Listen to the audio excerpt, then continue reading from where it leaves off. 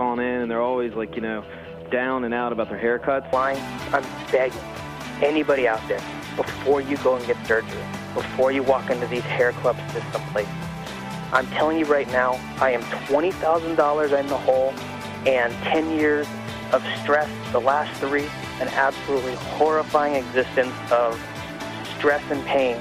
And I can promise you, the stress of this hairpiece is 1,000 times more than I would have ever felt if I had just been confident with who I am, dealt with the fact that these are the cards I've been dealt, and deal with them, and just shave my head.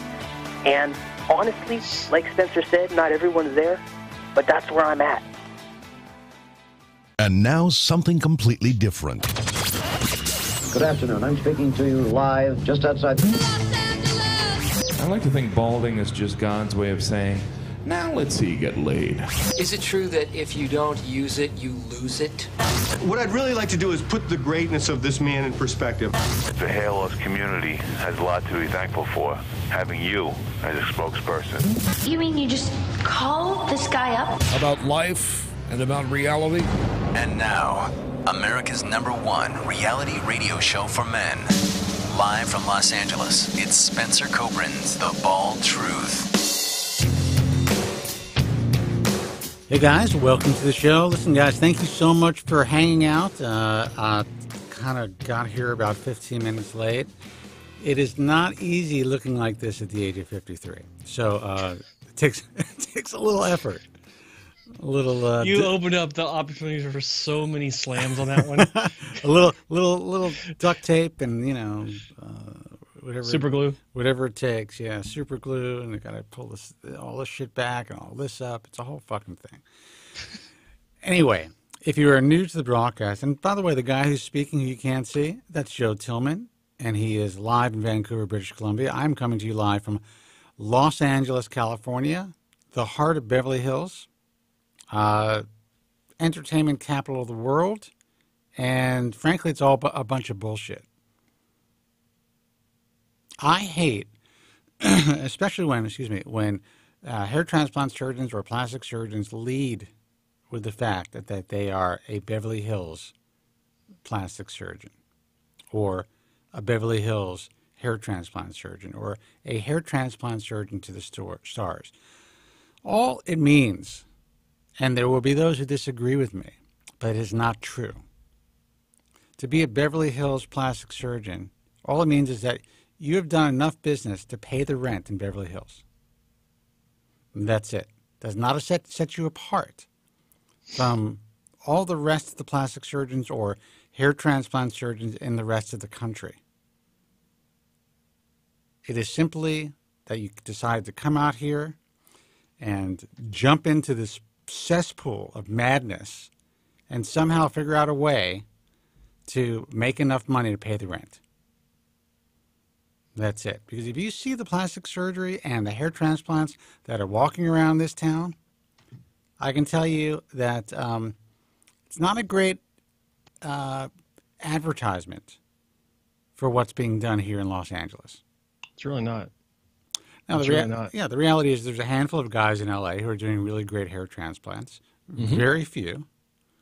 But most of the guys in my immediate vicinity, including a new person across the street, literally across the street, who just got a turnkey device. Started off with PRP, started off with microblading, and now has a turnkey device in a med spa.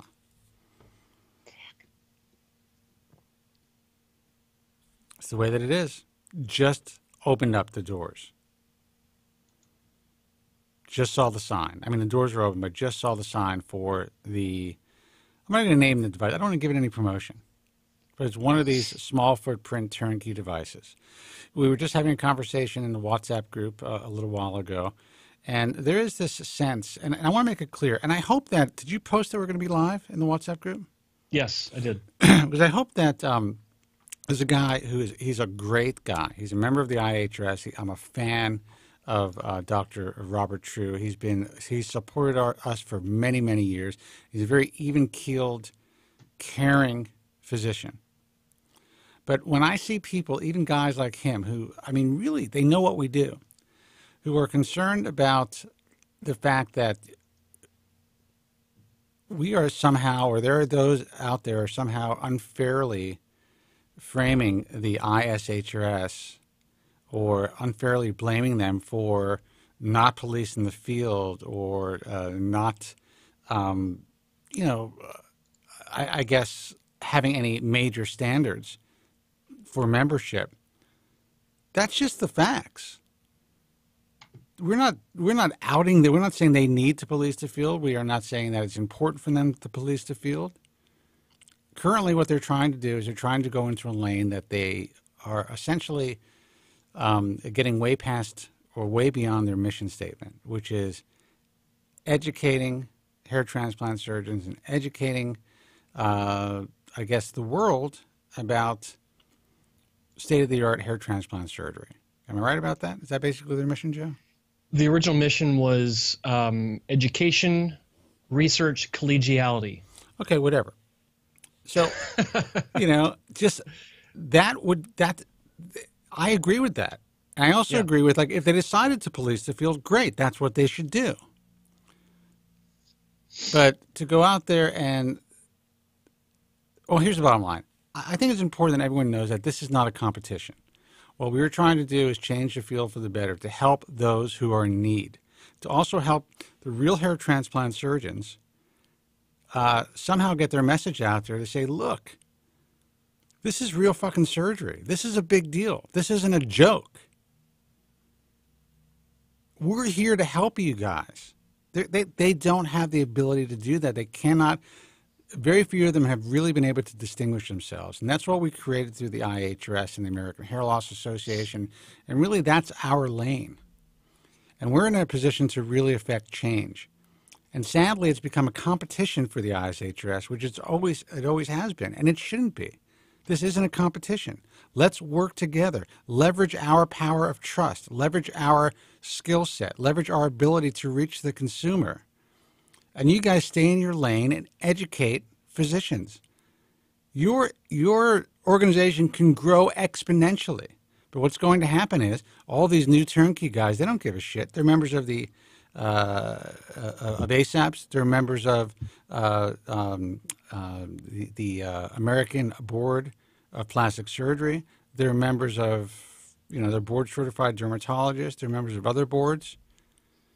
They should be members of the ISHRS, and I can get them there. But you guys just have to let go. It is. I'll chime in on this because it's. I really hope you do, because I'm already drunk. It is. It is. It's beyond me. I've been looking at this for a while, and when you and I first started talking about it, and then when ISHRS wanted me to kind of talk to them about their social media direction, I'm kind of.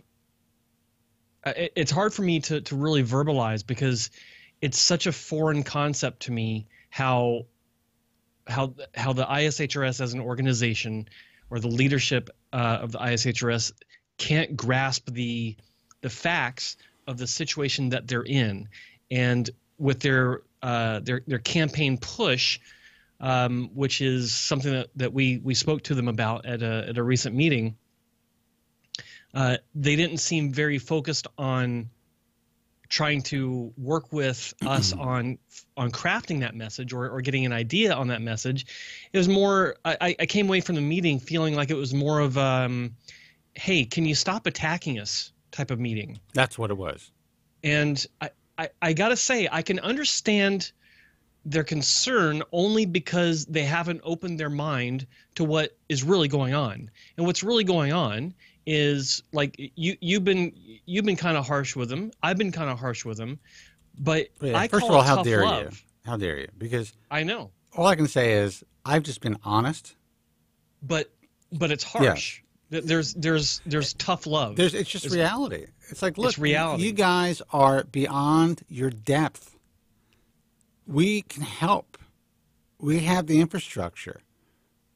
You know, with every major misstep, and I saw another one this week, I couldn't even fucking believe it. Well, I'm going to give an example of how silly I think that their allocation of resources is today. Why?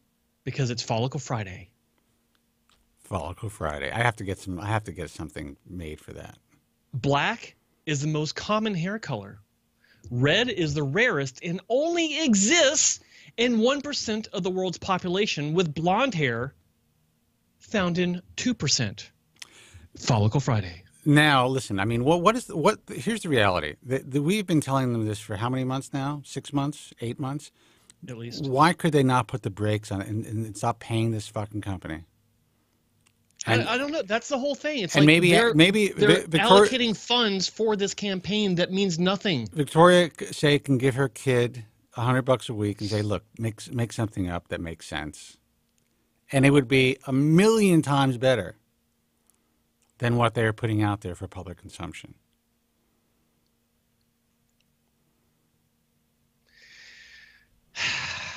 Yeah.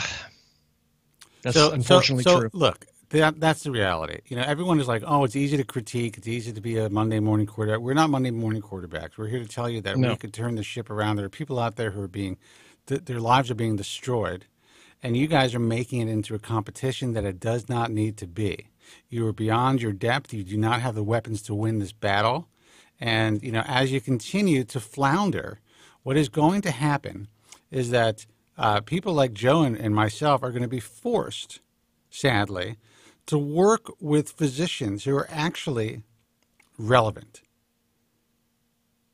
And it doesn't mean that they're good. That's the problem. It's just that they're relevant, they have the eyeballs on them, and patients are going to see them. So what do we have to do? We have to make sure that they understand the nuances of surgery. We have to understand that they understand who's a candidate and who's not a candidate, so they don't fuck people's lives up, because they're the ones who are performing surgery. It's going to be the Jason Diamonds of the world, and the Paul Nassifs of the world, and the Jennifer Waldens, I think that's her name, of the worlds. Yeah. And the Grant Stevens of the world that are going to be the leaders of this field. That could happen. That could actually be the case inside of 5 years. How? I mean, what is it going to take for you guys to fucking understand it? These people with these credentials, people with real surgical residencies, are applying to the International Alliance of Hair Restoration Surgeons because they understand the power of social proof and being connected to what we do. They are not coming to you guys to learn. All they want is our credentials. Now, unfortunately for my pocketbook, I cannot bring these guys on board at this point because they don't have enough time on tissue when it comes to hair transplant surgery. But that's going to change. In a year, they're going to have enough time on tissue. Or at least their staff is going to have enough time on tissue. You guys have already made this the standard of care. Using technicians or, you know, delegating to non-licensed professionals has become the standard of care in hair transplant surgery. And frankly, it's been the standard of care for 30 years. So making believe that it's somehow a new phenomenon, it's not only hypocritical, but it's fucking ridiculous. And in the end, you're only harming yourselves and, sadly, all these vulnerable consumers who are not going to know which way is up. Rant over. 888-659-3727. Let's take a phone call. Hey, man, you're on the air. Who's this and where are you calling from? It sounds like you're calling from a subway station. Yeah, can you guys hear me? I can hear you, yes. Can now. This is Troy from Southern Cali, guys. Troy from Southern Cal. Hey, Troy. Yep. What's happening, man? Now I'm having a little trouble hearing you, so you got to speak into your speaker. Okay. I'm driving. Sorry about that.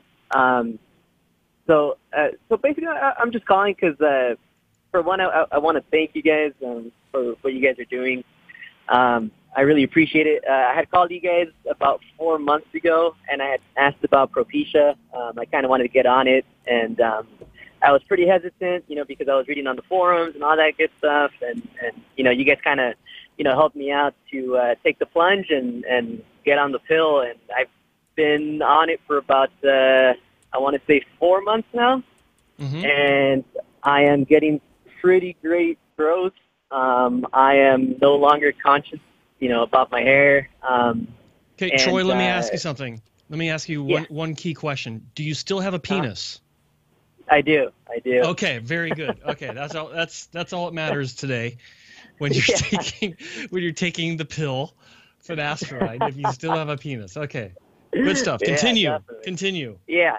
Like for a while I was really I was obviously, when everybody, once you start balding or thinning, you start looking into, information, and obviously, I was one of those guys that was, already looking into a hair transplant because I found out, you could do that and this and that. But, after listening to you guys, it's something that, it's really not on my head anymore. Like, I don't want to, get a hair transplant. I'm pretty good where I'm at. And, I'm pretty happy, and, you guys, gave me that, I guess, you guys cleared me to the path to where I'm at now, and, hair transplantation is something that maybe could happen sometime in the future, maybe not. If it doesn't, I'm completely happy with it.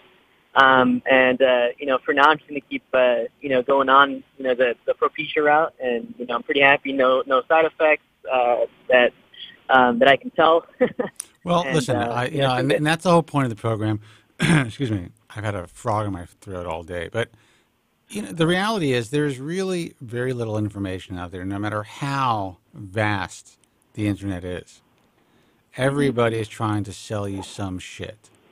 And even when you go to certain organizational websites, you read about the reality, or to some degree, of hair transplant surgery, but it's still, in my view, promoted like a simple outpatient procedure, that it's almost a one-size-fits-all procedure. Even the organizations promote it this way, in my view. That some people can do it well and some people can't, and that's it. They don't really get into and delve into the nuances of, whether or not you are an emotional candidate for surgery. Forget about being a physical candidate. Yeah. Whether or not you are equipped to deal with the possible, if you are a candidate, downsides of surgery, like a complete fucking disaster. You never read about that anywhere. And especially for young guys like you who are just starting to bald,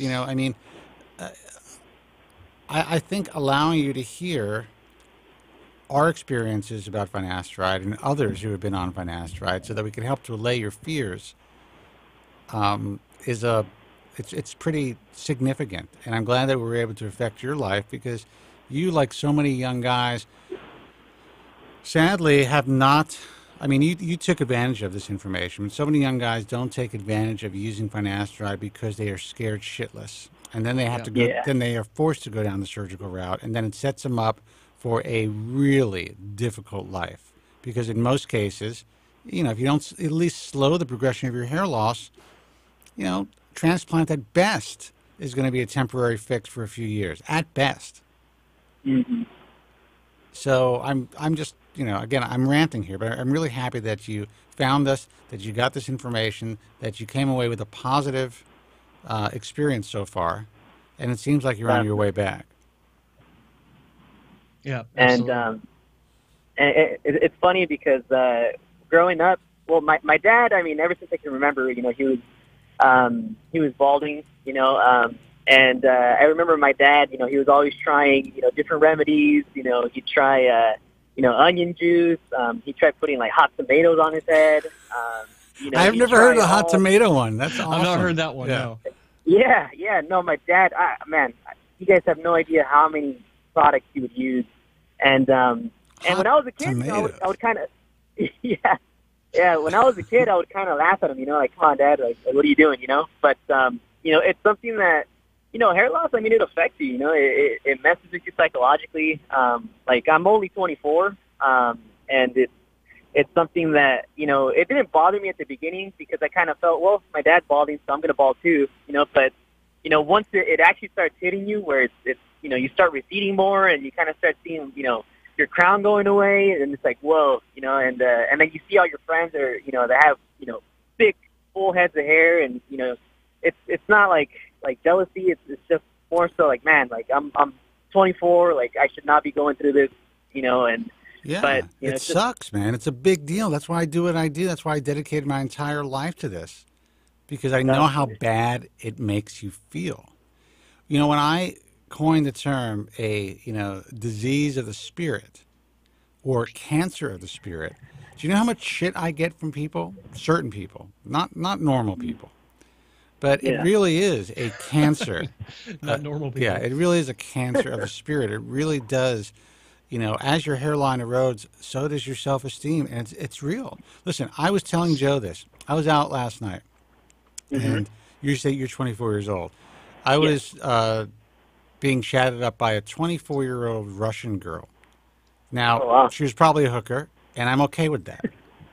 You know, it was just a fun experience. But, you know, the reality is, even if she was a hooker, if I didn't have a relatively full-looking head of hair and wasn't in relatively good shape for my age, you know, it's probably, I mean, I think that she picked me to sit next to first based on those attributes, as opposed to all the other guys, you know, guys my age who were sitting there, you know, hanging out and having drinks. That's the reality of the situation. So it's a very real thing. So for anyone to say, when you're 24, 23, 24 years old, and you're going through the process, a lot of guys are out of the game early, unless they have the ability and are equipped to deal with it, shave their heads, and still feel confident and look good. Yeah. But most of us are not equipped to do that. You obviously weren't. Your dad with the fucking tomatoes obviously was not equipped to deal with it either. Yeah. Oh yeah. I love it. You know. So how old is your father? He's 46. Your father's 46. So your father is younger than me. Yeah. So the fact that, and that's what's crazy. He's 46 and he's still doing the tomatoes thing. By the time he was dealing with hair loss, Propecia was already out. Yeah. And interestingly, so he does this thing now. He no longer does like all these remedies. I think he's finally gotten to the point where he he knows. I mean, he's not going to grow his hair miraculously. Obviously, you can't really do it through any means other than Propecia. Well, why didn't he ever get on the drug like 20 years ago? Well, I don't think he ever really investigated on that. Have you talked to him about this? Like, do you have talks with your pop about his hair loss and what he's done over the years? And I mean, I think it'd be a great conversation to have. Because, well, what I understand is you say he hasn't investigated it, but he had to investigate somewhere to get the tomato remedy. You know. Well, I'm assuming his investigations didn't lead up to Propecia.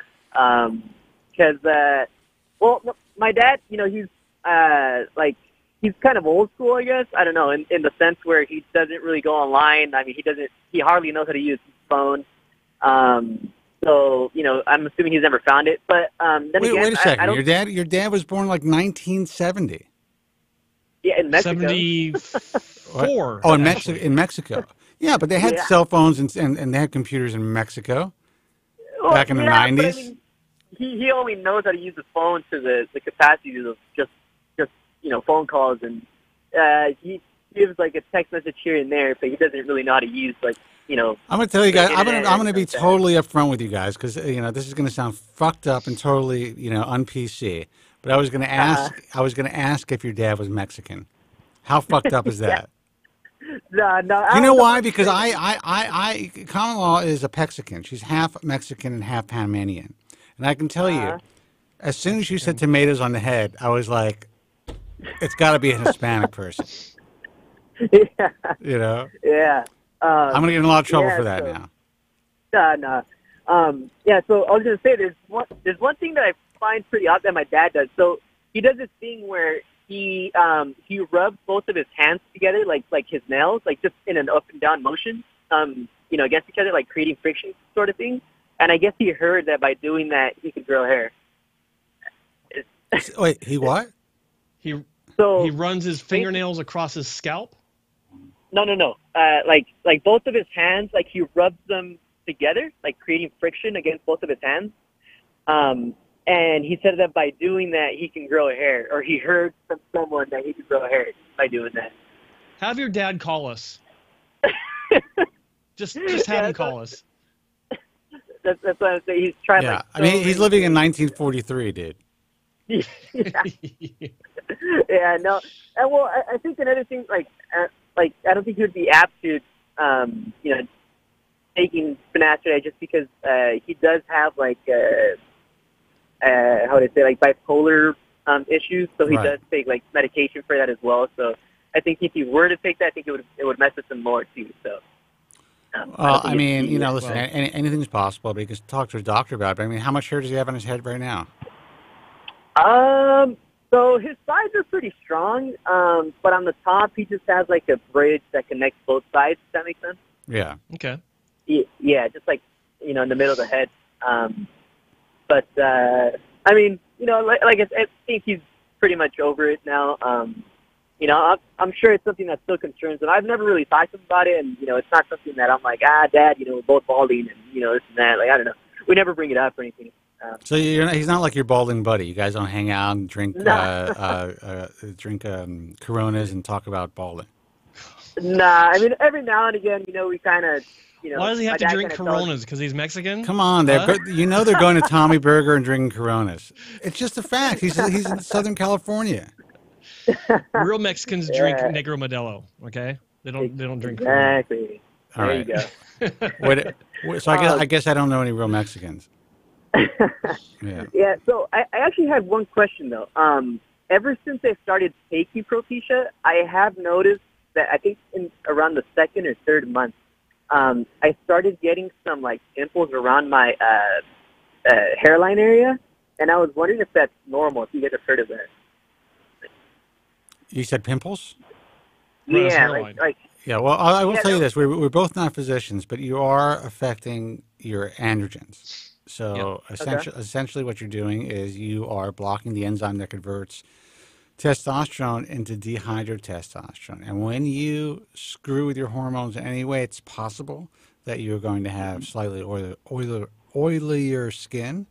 It's possible to exacerbate some acne, or sometimes it reverses it. So these are all things you can talk to your doctor about. But it's not usually you don't really see a lot of that. I mean, I have spoken to people who have had dermatological issues. They seem to have greasier skin. Joe, I know that you had some issues for a while, right? Did you have issues with greasy skin? Not greasy skin. You got some sort of fucked up inflammation of your scalp or something. Oh yeah, that was years after. Like I'd already been on medication for years. Oh, okay. It was closer to the time I was taking dutasteride. Right. But even then, it was after. I think it was after that. Yeah. No, it was just random. So there can definitely be a correlation. This is the first time you ever saw that? Yeah, and it's not like I'm getting like a ton of them. It's just like I'll get like one or two, and I guess I wouldn't describe them as pimples. It's just kind of like I'll get like a little tiny red bump, and it's just in the hairline area. It's nowhere else. I mean, it's possible that you have some ingrown hairs. It's possible that for whatever reason, because you are actually maybe some hair trying to break through. Yep. Who knows? That's kind of what I was thinking. Yeah. Yeah. It could be, and it could just be just random acne coming back. Like, I mean, just because you're 24 doesn't mean you're done with acne, right? So who knows? I get pimples all the time, man. Well, I actually, funny enough, pizza face Spence. Like I actually, growing up, even through puberty, I never got a pimple. I would only get like little zits here and there, but I never actually got a pimple on my face. So now you're just showing off. Yeah, you're lucky, man. I have actually a big pock mark here. I had some cystic stuff going on. I mean, I was lucky enough not to have severe cystic acne, but I had some cysts, acne cysts, over the years. And every once in a while, I'll get like even at my age, I'll get a crazy zit. And it's usually around like a wedding or some sort of an event. The zit nose. Yeah, or if I have to be on TV or some shit like that. Yeah. Right. But listen, man, I'm really glad that we were able to help you. Tell your dad to use the tomatoes in his salad. Don't waste them on his scalp because it's really not going to help him. And oh man, it definitely will. And look, you can't help him, dude. Save yourself. You got to put your oxygen mask on first before you can save somebody else. Definitely. All right, he already man. lived his life. Stop. That's right. Dude, he's younger than me. You're killing me here. Don't say that. No. I'm He's kidding, still got a long life ahead of him. I got almost 10 years on. What is it? 7 years on him. Because he's only 3 years younger than me. Oh, God. 24 years old. I can imagine what this girl was thinking of me, this hooker. Anyway, I'll talk to you later, man. Thanks for the call. All right, guys. Sounds good. Yeah, take care. Take care. And Tommy Burger is incredible, by the way. Their chili burgers and their chili fries are unbelievable. That's all I'm saying.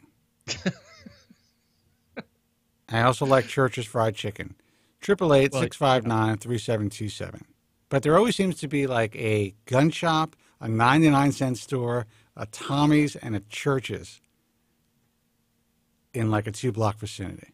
What about a pawn shop? And a Chinese buffet. Oh, you can't beat a Chinese buffet. Man, for years, I thought that's what Chinese food was. Chinese buffet. Yeah. Well, that's... Chinese people go into Chinese buffet and they're like, what the fuck is this? Yeah. I used to like Chinese buffet. Oh, they're fun. Yeah. Let's see who this is. Hey, you're on the air. Who's this and where are you calling from? Hey, this is James from Texas. Hey, James from Texas. What's going on, dude? Hey, not much. I'm just here hanging out at the house. Is there anything new with you guys? You know, no. There's nothing really new. I actually haven't moved from this very spot last time you called in. Yeah. Yeah, I've can't. been calling pretty regularly. And it's actually getting to the point where, I have already memorized the phone number. Yeah, I'm waiting for Joe to memorize it. That's some good... Yeah. Speaking of phone numbers, we didn't give out the UK number, which is 0203-3724-683. We are on early enough for our UK listeners to call in. Back to you, James. On the screen. Yeah, I don't have that one memorized, but... That's okay. Neither do I. No worries. So what's up, man? Yeah, not much. I just wanted to fill you guys in that I've been a regular caller, somewhat, a few times here and there. But basically, I wanted to fill you in that I'm actually about a week into taking finasteride, 1 milligram. I finally built up the courage to go ahead and do so. Okay. And it's the reason, and I've been really against it. The reason it started was because, or the reason I finally built up the courage was because I actually had blood work done. I want to say it was about 2 weeks ago. Prior to that, I had already been applying MORRF5 or whatever on my head. And what else have I been doing? Mainly that because of the topical finasteride. So I had my blood work done. I had about 11 tests. It cost around $500.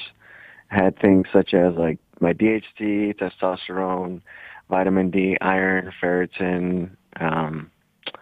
There are a few other things, but so I got my results back, and so there were 3 that were out of range. There was the DHT, the cortisol, and vitamin D. My DHT was very, very, very low. My cortisol was very high, like out of range, and vitamin D was very, very low. So I started the cortisol and the vitamin D. And again, we're not doctors, but that's not good. Got to get that shit in check. Do you have a lot of stress in your life? I do, actually. Dude, first of all, who doesn't, dude? Come on. What kind of question is that?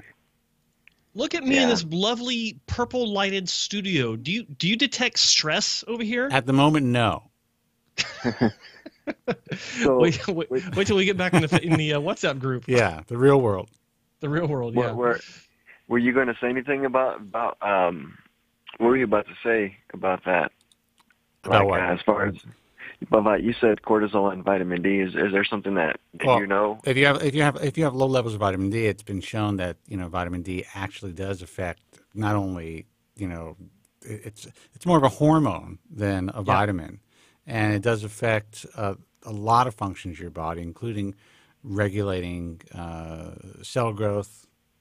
It could actually help prevent cancers if you have a good amount of vitamin D synthesis, and also does apparently affect hair loss. Yeah. So and cortisol can increase hair reduce loss. your T levels as well. Right, and increase hair loss. Yeah, that's one thing I've been like wondering about, considering. I actually wanted to kind of like add, because I feel like I have like an interesting case or situation. I was like in a dilemma because of that, and I didn't know what to do. Okay, maybe I should just wait it out and improve my levels. But then I thought, well, what if I don't improve my levels, or what if I do improve my levels and nothing changes? Well, the thing is, when you get on finasteride, you could actually end up lowering your cortisol because you may end up having less stress. Now, again, I'm not a doctor, but it's possible if you start to see good results, you're going to have less stress. You should, at the very least, talk to your doctor about supplementing your diet or taking vitamin D3 supplements, or get in the fucking sun a little bit. Yeah. Try to get some sunshine when it's at a high altitude, you know, during certain months, which you're in Texas now, so actually maybe a little late to get vitamin D conversion now. But definitely, you know, from summer till about September, you can probably get enough vitamin D storage for the entire year and increase your vitamin D levels just by taking about 10, depending on how fair you are, between 5 and 15 minutes of sun a day. Yeah.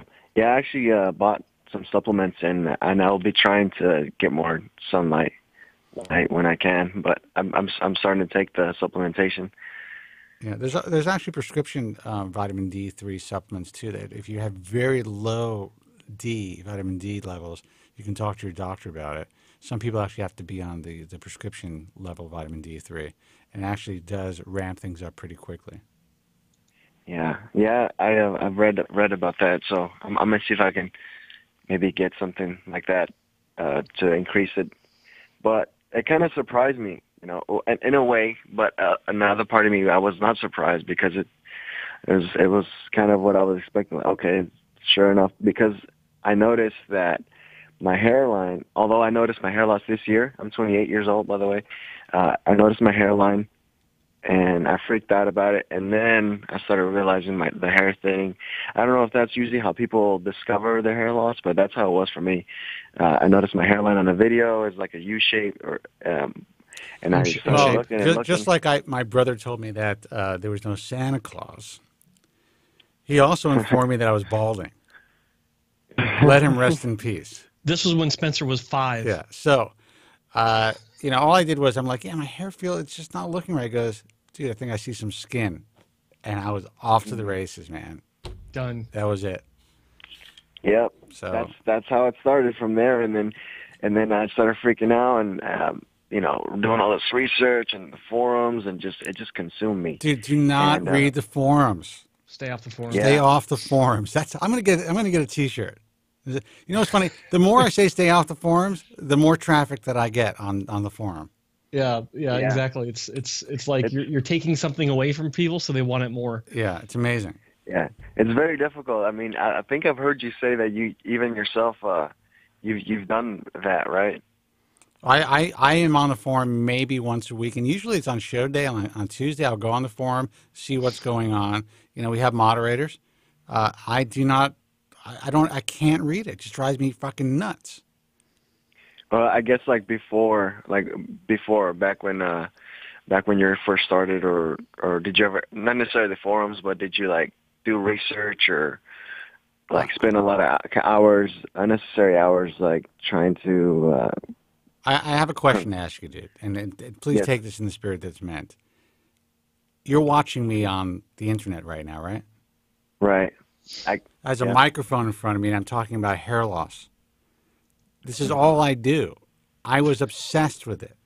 It fucked me up so much that I turned my Achilles heel into my career. I think about it 24 hours, 7 days a week. I can't get away from it. Last night, I was telling Joe, I was hanging out, and common law, forgive me, but I was just having a little fun. And I'm talking to this, I think she was a hooker. I really do, but whatever. She might not have been, 24-year-old chick. And I completely used a fake name, told her that I was in construction. I was a builder. I'm retired now, and I'm considering my options. Because I did not, for at least an hour of my life, I didn't want to fucking think or talk about hair. Yeah. So to answer your question, yes, my entire life was researching, trying to save the scraps that I have in my head. Yeah. Well, I really appreciate everything that you've done. I mean, I feel like a lot of us can relate to that because we're here. I mean, there's regulars here in the chat room and very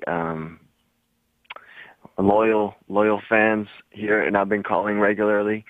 And I just want to say I appreciate what you've done, and I'm been there. I guess I'm still going through that, but I feel a lot better now. You know, it's kind of like a therapy session. You know what you have here, and it's being able to call in, and you've been there, you've done that, and you're the wise one, or both of you are actually, and it kind of gives us hope. So I really appreciate it. I'm the old one. He's the wise one. But did you get that soundbite, Spencer? I did. That's great for. It's great for everything. A short clip. Well, everything. Great for everything. I have so much great stuff for bumpers and breakers, but you know what? I'm a one-man show here. I have not been able to edit shit in a long time. I'm so busy with all this other bullshit, and because I'm so OCD, and I'm such a control freak, I can't just give this to somebody and say, you know what, make the best of this content, because they'll fuck it up. That's the problem. I was going to say, I've actually heard you guys say that a few times about not from me, but just from other callers when they say something. You're like, oh, that's pretty good. I'm going to use that, and then I wait for it, and it never gets used. No, dude. Yeah. When I was on radio, I had a real producer and a real engineer, and they were the ones who made all of the all the sound bites, all the clips, everything that I have on here. Let's see, like this stuff. You kind of have an effect on people, you know. You bring them around. Now, this guy was old caller from WJFK in Washington, D.C. So this producer, he had the know-how. He knew what clips and what sound bites to pick out and to turn into bumpers. And so I have all this old content that's 30 years old. I don't even use it. But the new stuff is even better. So maybe I have to hire somebody. He'll sit in the chair across from me here in my place. He'll just he'll come over, hang out, and he'll do shit on the fly. Yeah, there you go. You just point at him. Yeah. Yeah, I saw some old videos of you back when you were with, I guess, what'd you say, G something, FQ something? Guys from Queens, yeah. We're still on Guys from Queens, but yeah, I was. I don't think we're not putting as many podcasts on their YouTube site, but we're going to start doing that again. Oh, okay. Yeah. Well, so I was going to say about the blood test, right? So I noticed my hairline, and I started freaking out, and then I started thinking, okay, I'm losing my hair. So, and then I started looking back. This wasn't too long ago, but it ties back into my levels. So I saw some old pictures. I want to say a picture from 2013. I have the same hairline, and it kind of just hit me like, what? It freaked me out. Like, I have the same hairline. It's been 5 years, but I noticed it this year. Like, can't believe I didn't notice 5 years ago. So anywho, there was another picture from 2 years ago from the back of my head to where I can. So this is my pattern hair loss. This is what it looks like. It's like basically it looks like a. Now, I don't know if it's cortisol and vitamin D related. Maybe you guys can fill me in. But it looks like a a Norwood 7 pattern. But I still have hair on top. It grows in, and it's just it's thicker on the bottom. So James, let me ask you this. Okay, so you said something it kind of takes this into a different direction. You're 28 years old. What is and forgive me if I asked this in a prior broadcast, but what is your family history of hair loss? Like on your father's side and your mother's side, grandfathers both sides, uncles both sides? And before you answer that question, let me just address somebody in the chat who's saying he's trying to call, keeps hanging up. You don't get a busy signal here. If that happens, that means that all the lines are lit. Just keep trying until the line picks up. So that's essentially our busy signal. It sends you either to a prompt or it just hangs up on you. Have not been able to fix that through Vonage. I don't know why. But go ahead. Sorry about that. Yeah, that's fine. So I guguess before I answer that, I just want to state this because I don't know if that is always okay. Because it's interesting. My older brother, he's about, I want to say he's like I think he's 41, 42, and he has all his hair. I have two older brothers. I have one that has his hair, another one doesn't. My dad, he's losing pretty much is bald. However, my uncle, which is my dad's brother, he has all of his hair. It's like amazing. He actually lives in Mexico. And so the whole like family thing is kind of strange to me, with the whole genetics passed down. I never really understood that because like I said, my older brother, he's 40 something and he has all his hair. Like he hasn't lost anything. He's not worried about hair loss or anything. Well, the thing about genetics is, when it comes to hair loss, is the old wives' tale of it comes from your mother's side is false. It comes from the mother's side, or it can come from both, or it can just come from the father's side. But it depends on your genetic crapshoot. Basically, is that genetic issue going to express itself in your genetic makeup, your specific genetic makeup? So when I or other people in the field ask about the family history of hair loss, if you were to tell me that no one in your family has hair loss, that's one issue. If you were to tell me that everyone in your family has hair loss, then that's another issue. But then you're telling me that it's somewhere in between, which it may or may not really mean anything, except for the fact that if you're seeing the pattern, then the pattern is a potential likelihood, as opposed to like if you didn't have a history of hair loss in your family, you're the only one with this kind of issue, then it might indicate something else is going on. But as it stands, you are genetically predispositioned to lose more hair, potentially based on your family history. Okay, so so the question does have, I mean, there is merit to it, and there is legitimacy to it. I usually ask one additional question that most people, probably no one asks, is which side of the family do you physically resemble the most, and does that side of the family have more or less hair loss than the other? Because I've noticed a correlation of physical likeness to one side or the other, and that side of the family's propensity for hair loss. I've noticed a correlation with that. No, there's no study on it. I've not studied this, but this is just a correlation I've noticed through my years in the field of meeting patients one-on-one. So that can have something to do with it. But the fact that you do have the genetic code in your family for this means that there's a likelihood that you are going to lose more hair. So the pattern that you're seeing, is it a cortisol issue? Most likely not. It's a genetic issue. So the way to move forward for you, I'm not a doctor, is with the medication that I'm sorry, you said you've been on it for a week? Yes, I actually just started. About a week ago. Okay. And then I take it one step further, and you're talking about your blood levels and low vitamin D and high cortisol. I look at it like this.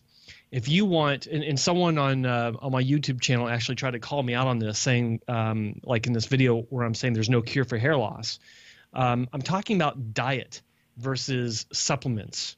Finasteride is the strongest thing you can take for preventing genetically induced hair loss. But I'm a strong believer in lowering your cortisol levels through exercise. Make sure you're working out. And then your nutrition levels. Eat right. Don't sit around and eat pizza all day and chips and stuff like that. Don't drink sodas. All that is so bad for you. It's crazy. Essentially, be like Joe. Just be like Joe.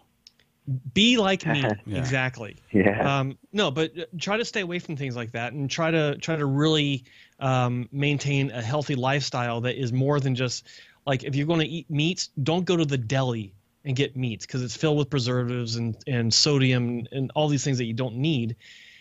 Be sensible about it. And over time, your levels that you're so concerned about, they might actually level out and create a healthier environment for everything else to work to your advantage, if that makes sense. Yeah, it does. So do you feel that obviously the levels aren't where they need to be, cortisol and vitamin D, but do you think it would have any kind of it's kind of like you said just now. You just said that I have male pattern baldness, but it does bring the potential for it does.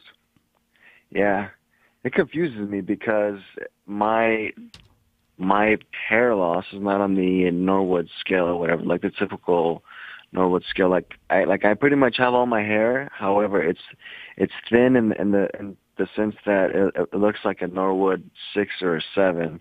Like it can look like that, but you can see the pattern, but the pattern has hair in it, which means that you are probably what would be referred to as a diffused pattern Norwood 6 or a diffused pattern whatever. Well, here's the good news, and I got to use my radio skills here. Here's the good news, guy.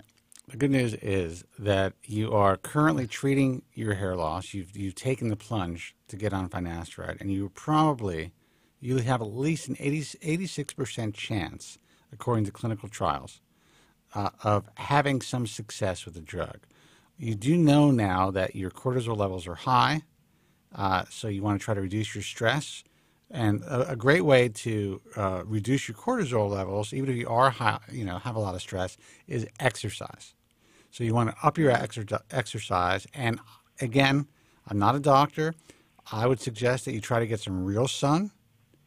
There is some theory that there are safe tanning systems out there that have more vitamin B in the bulbs. That in some cases, a doctor will suggest you do that for natural conversion of vitamin D. But in most cases, they will give you vitamin D3 supplements or a prescription vitamin D3 medication or supplement to get you at those levels. I think once you start to, and again, we're not physicians, get all those ducks in a row, it's very possible that your diffuse, unpatterned type of hair loss may actually, with the use of finasteride, kind of reverse itself. I've seen guys who've gotten their shit together, gotten their diets together, gotten their hormones in check, started finasteride, and it was almost complete reversal of their miniaturization, especially guys in your particular case, where you're not necessarily seeing a recession in your hairline or an actual bald spot growing. It's more of a unpatterned, diffuse type of a situation. Yeah. So that's what we got to offer you, man. I first of all, I appreciate all the kind words and the fact that you found this program and that we've been able to help you, and it's kind of like your therapy. Listen, It's my therapy. It's one of the reasons I started to do this, because when I started, there was no one to help me. There was no one to talk to. So I'm like, you know what? I got to find a bunch of guys like me to talk to, so I'm going to start a radio show. Yeah.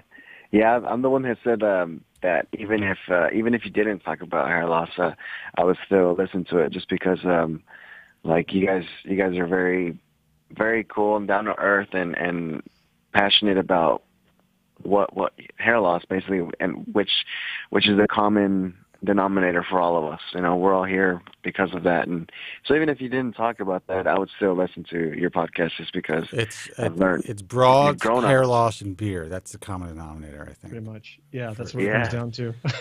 All right, man. Listen, I wish you the best of luck, and let us know what happens. Keep call. Listen, you're welcome to call as often as you want, but we'd love to hear about your progress. Just don't call as often as Nico. Just kidding. Just kidding. Sometimes I miss the show, so I won't be calling as often as Nico. So. Yeah, well, you're always welcome to call, man. Thanks a lot. Yeah, for sure. I'd love to fill you guys in. And one more thing, if you don't mind, just so I can fill in the viewers as to those who are on the fence of taking finasteride, and me, I've like I said, I started back noticing my hair loss in March, and I just now started a week ago. The reason I started was because of my blood levels. Like, I had low DHT, and it hit me like, okay, then it's not a DHT thing. But then, and I felt normal, right? Like I haven't noticed anything, like as far as like when I got my blood levels, and I hadn't been taking finasteride. Then it hit me. Hit me like a week later. Like, wait a minute. That MORF5, the topical finasteride, and that's when I was like, that's why my DHT levels are so low. And then I was like, okay, well, now I'm confused now. Maybe they were higher, and then because I've been using the topical, they've lowered. So maybe I did have higher DHT levels than, And so I started thinking, okay, well, I've been feeling fine. I've been using this topical finasteride since like July, and what is that, 3 or 4 months? And then so I decided, yeah, don't make me do math, dude. So I noticed that I've already been applying topical finasteride, so there's a good chance that my DHT levels have been lowered for some time now. So I decided, okay, I was in a dilemma. I could either try to keep powering through and maybe increase, lower my cortisol levels, improving my vitamin D levels, take that risk that it may or may not improve my hair loss, or I can use what is considered to be the most effective drug or medication for this hair loss that I have already had signs or symptoms as far as like low DHT levels. And you did it. I might as well just jump on it. And now you're a weekend. You're not feeling any adverse side effects. I have a good sense, and again, I'm not a doctor, so this is not medical advice, but I have a good sense that you're going to do fine on it. So just keep us posted, dude, all right? Yeah, for sure. All I right. wish I'd started a while back. So anybody that's debating, I think that you should really look into it. I was that person, so just take my story. Obviously, it's only one weekend, but consider it. Thank you, guys. All right, man. Thank Thanks you, a lot. Spencer. All right. Thanks for Thank calling. you, Joe. All right. You take care. Of course. Okay. You too. Bye-bye. Bye. 888-659-3727 is the toll-free number. Let's see who this is. Hey, man, you're on the air. Who's this, and where are you calling from? Hello? Are you sleeping, dude? You up? I'll give you another second and see if you can get through. I hear you a little bit. Yep, just hung up. All right. Guys, we have lines open. Feel free to call in. 888-659-3727. Let's see who this is. Hello? Hello. Hello? Hello? Hello? Hello? What's up? Is this the hair show? It is the hair show. It is the hair show. Okay, how you doing? All right, who's this? Where are you calling from? This is Phil from Springfield, Mass. All right, man. Listen, you got to turn down your radio or your computer or your app or whatever you're listening to us on. Yeah, hold on a second here. Okay, there you go. So what's going on? No, I just had some questions about the finasteride and a little bit about Rogaine and a couple other things. Okay. How old are you? And tell us your hair loss situation. Okay. Right now I am 43. I started losing my hair when I was 16. All right, dude, just hang up, dude. Just hang up? Yeah. I'm just kidding. I'm just kidding. You're done. No. Yeah, well. Okay, so I pretty much felt like I kind of leveled off at around 20 years old. I would guess that I'm about a Norwood 6. And from that point on, I think it's pretty much stayed even until maybe like the last 10 years. It's gotten a little bit thinner, nothing crazy. Okay. Well, that's pretty amazing. That's good. Yeah, I mean, it's pretty much like it went the first 5 years or so were the worst, you know. And one of my questions was, as far as the topical finasteride, if I use that, would that make a difference for the hairs, say, around the edge of the donor area and hairs that are going across from one side of the head to the other, like the bridge there, where there's That's a great question. still some? It's a very good question. Here's the thing: are you not considering using oral finasteride? Well, I haven't taken anything yet, so I'm kind of well, I'll clarify that in a minute. But I want to start with the least likely to have any problems, and maybe work from there. Unless you guys think I should do something different. Well, we're both not doctors.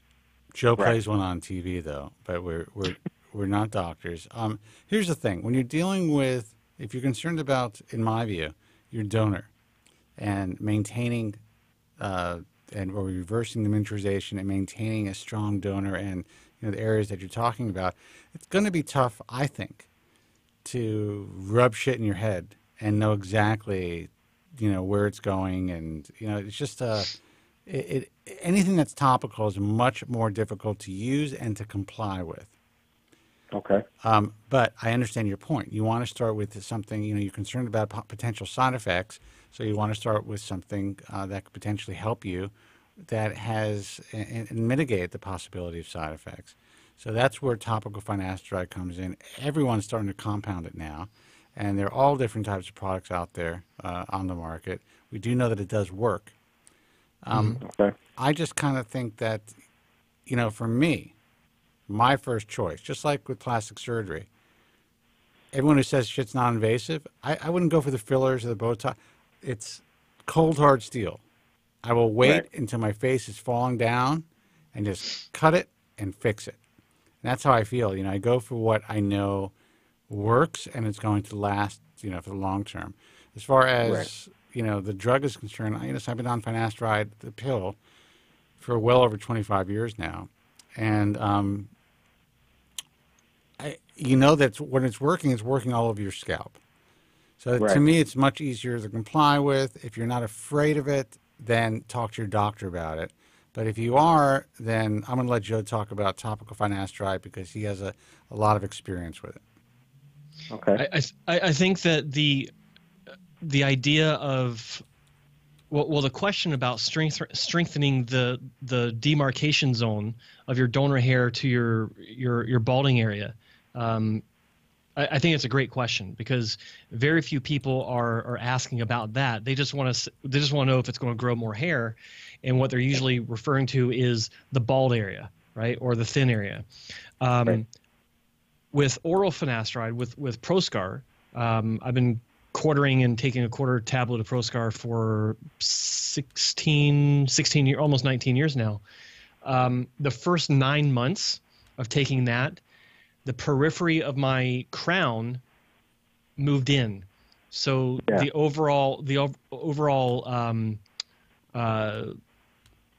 width of my balding zone, the crown, was reduced, and the bottom part of my crown also strengthened further up. So overall, the crown became smaller. It was still like a black hole. It was still like big, but.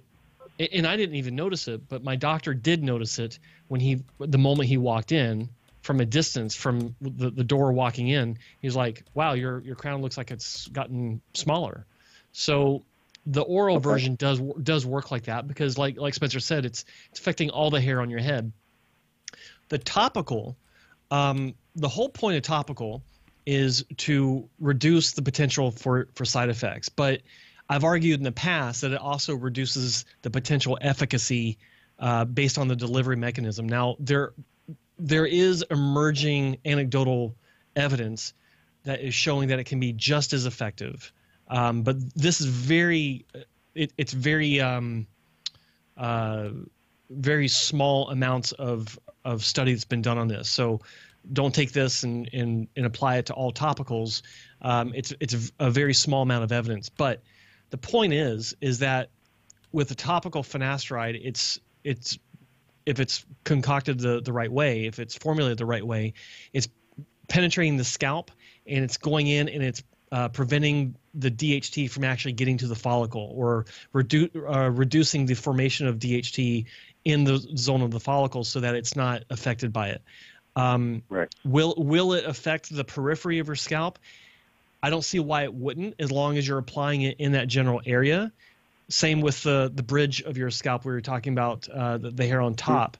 I'm assuming you're talking the vertex between the crown and the frontal scalp. Yeah. Yep.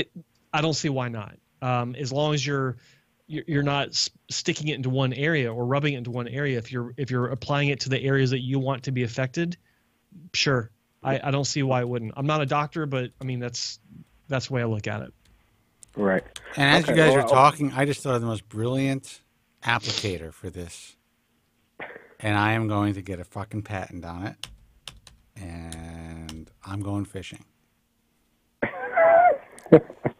I really, I obviously gave you the idea. I was just, as you guys are talking, I'm thinking about how to apply it and how to get it applied evenly. I'm like, holy shit! How come no one thought of this yet? So, caller, I appreciate it, man. I appreciate the call. I have one more question for you, if that's okay. Yeah. So when I was probably my early 20s, I tried Rogaine for about 3 weeks or so.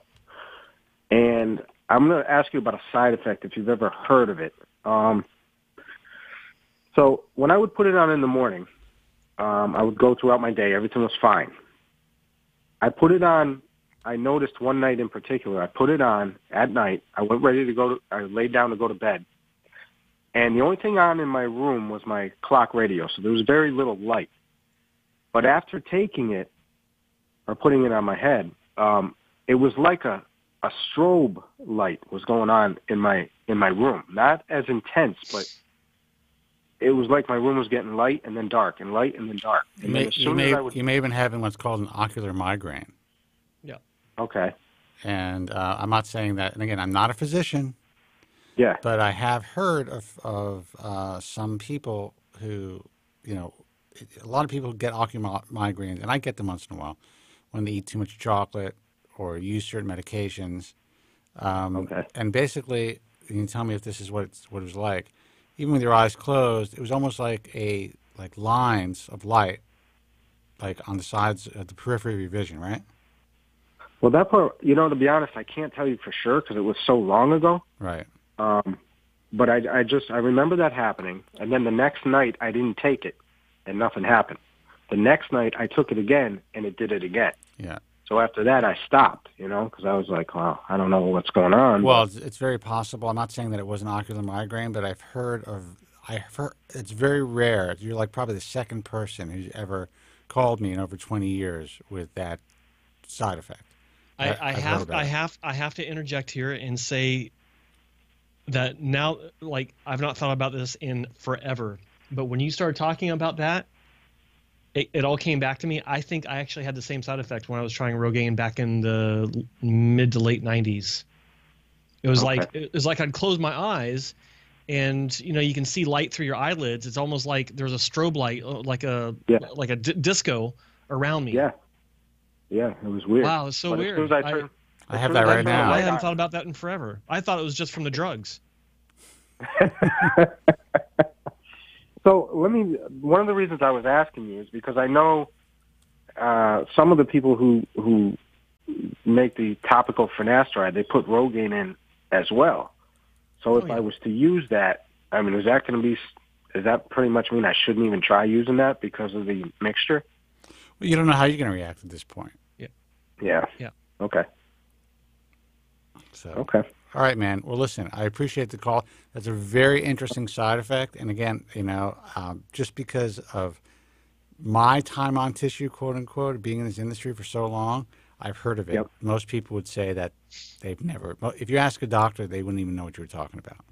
Yeah. Yeah. Okay. All right, man. Listen. All right. I wish you the best of luck. All right. Thanks you very much. Okay, you got it. All right. Bye. Phone number is 888-659-3727. Let's see who this is. Hey, you're on the air. Who's this, and where are you calling from? Oh, man, Joe, you hurt my feelings. Do I call too much, really? Bastards. Goddamn bastards. If I didn't call, who else? A million people have the same questions, and it's partially your fault and my fault because you're so informative that I'm the fool who had a transplant. So, well, there you go. But, I do have a couple questions, and they are legit. Other people we want legit You let us be the judge of that. Thank you very much. Oh, okay, fair enough. They're like 2.5 questions. So here's the first one. I'll go right to it. If being that I had a strip, one side has still been kind of sore, and I'm already, a year and 3 months out? Yep. Could that be related to just a tight scalp? Could that be nerve stuff? Tell me. What do you think? Yes. Both. All the above. Okay. Yep. Terrific. Yeah. No, here's the thing. When you're dealing with strip and you're dealing with feeling issues, as far as like tightness or not tightness, but soreness, You could have nerves that are being agitated because they're trying to break through that scar tissue to reconnect. Is it almost like it's numb but sore at the same time? Something like that. It's sort of it's hard to describe, but something along those lines, yeah. Yes, I know that feeling well. What's happening, I believe, is that when these nerves are trying to reconnect, they're being stopped by the scar tissue that's formed in between, and they kind of maybe curl in on themselves and just create a little bundle of nastiness. It's like it's not quite numb, it doesn't quite hurt, it's somewhere in between, but it's a pain in the ass because it doesn't. Let me guess, it doesn't bother you until you do this. And if you can't see me, I'm touching the back of my scalp. Yeah, it's slight delay, but yeah. In other words, you don't notice it until you actually touch it. But when you touch it, it's like, shit, that's sore. It's not really. It doesn't really happen as much when I touch it. Just kind of it's sporadic. I don't know how to describe it. Okay. But I guess could a second strip help resolve? Can you pull out an old strip, and does that potentially help the situation? Okay. Yes. Cool. Now, again, only if the conditions are right. If you have the laxity, if the doctor understands how to really deal with that scar tissue. Case in point, myself, for 9 years, the entire back of my scalp was numb. Numb, complete, like hello, I can't feel it. It's like it wasn't there. And then, I had 2 scars. Remember, I had, and I say remember as if you were there for my website. Yeah, remember that time? No, I had two scars that were stacked, and Dr. Wong cut both of them out at once, and the healing process allowed for, basically, I have to assume it's complete because I don't remember what it's like to have complete feeling. Returned to the back of my scalp, my crown, the donor area, and everywhere else where I was having numb issues. No problem at all. I have to assume it's 100%, maybe 95 to 100%.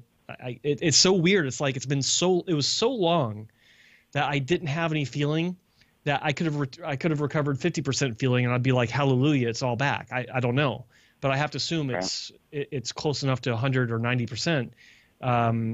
But the thing is that it never went away after 8 more or 6 more subsequent strip surgeries, and then the FUEs and BHTs. It never diminished. Every time I went back in to have it done again, full feeling came back. Wow. So that's where I, touch wood, am feeling blessed with my strip surgery career. If that makes sense. Cool. But yeah. So to answer your question, in my area, it can be cut out properly, case by case, highly subjective, to where that feeling can improve. Interestingly, the area that bothers me the most is where there was some shock loss in the donor. So I'm guessing maybe a tightness issue. But so I guess my other questions are: you've mentioned a bunch of times about you're a fan of stripping out before FUE. So that's the part 1. And the part 2 is you guys had a caller maybe about a year ago who said something about he was going in for occasional 500 FUEs weekly or something like that as a strategy. I don't know how you guys felt about that. 2 questions at once.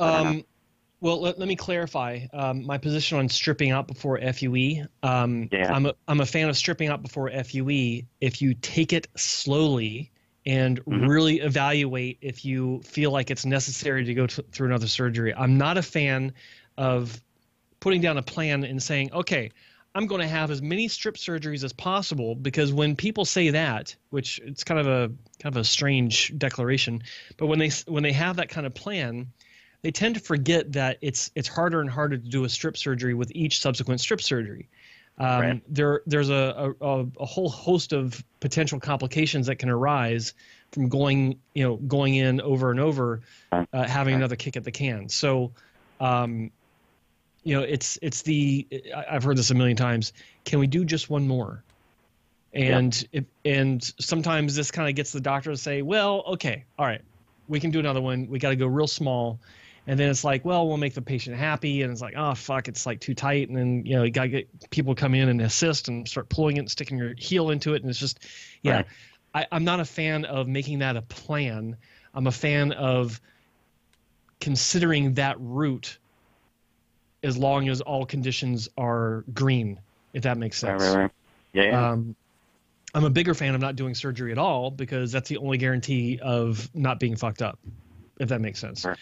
Absolutely. So that's that. What was the rest of your question? The last part was you guys had a caller maybe about a year ago who said something about he was going in for maybe like 500, trying for 500 FUE instead of one big larger session. I don't know how you guys feel about that. I remember slow FUEs. Yeah. I remember that case, but I don't recall how much hair loss he had. Did he had like a lot of hair loss or? Yeah, good question, man. Okay, so I'm not going to lie. I have no recollection of that call. You're already hammered, so why would you remember? Yeah, that's true. Good point. Nico knows you so well. No, I think that the idea of going in weekly for small FUE sessions, monthly, or monthly, I'm not a fan of that idea because I think that if you're going to do something, you need to give it the time it deserves to kind of manifest and come to a result that allows you to plan for the next one. 500, like if you're really bald, okay, if you're like a Norwood 5 or something, and you're going to do 500 grafts at a time, like every month, that's wrong on many levels. You're torturing yourself as far as I'm concerned. Going in for 10 surgeries in a row in a year, that's madness. That's madness. You're dealing with not to forget the cost. Price and fluvium. You're subjecting yourself to anesthesia 10 times in a year. You're subjecting yourself to a whole host of issues. You're subjecting yourself to the hangover effect. You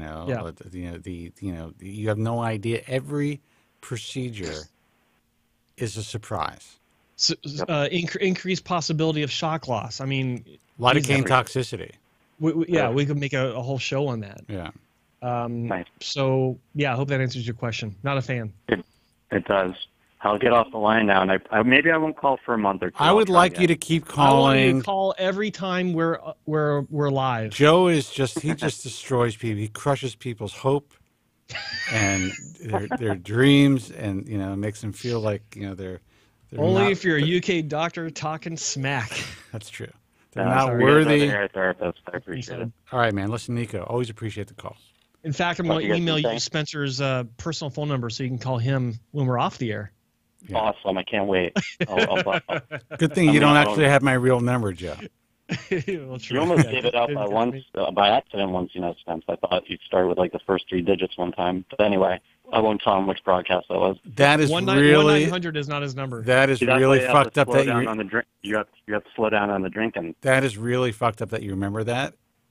And you just remember the digits. Yeah. You just got into Spencer's head with that. So now I have to pay Suncast in Detroit to go through every fucking broadcast. Well, here's the good news. I probably haven't even posted it yet, so I can go through it myself. All right, man. Okay. Good luck, bud. Take care. Thank you. Okay, good hearing from everybody. Phone number is 888-659-3727. I should get another beer since I'm going to be here. And it's Friday, and it's 5 o'clock somewhere. I could use a glass of wine, so... All right. Well, do you want to take a call, or I could put him on hold, take a break, and the caller could hold on for a second, or what? What do you want to do? Let's take a break. All right. 2 minutes. 2 minutes, guys. We're going to get some booze. 888-659-3727. Guys, we're holding on. We will be right back after this brief booze break. Stay with us. The man who's helping to make hair loss history. They wish to cure us. But I say we are the cure. It's Spencer David Kobren.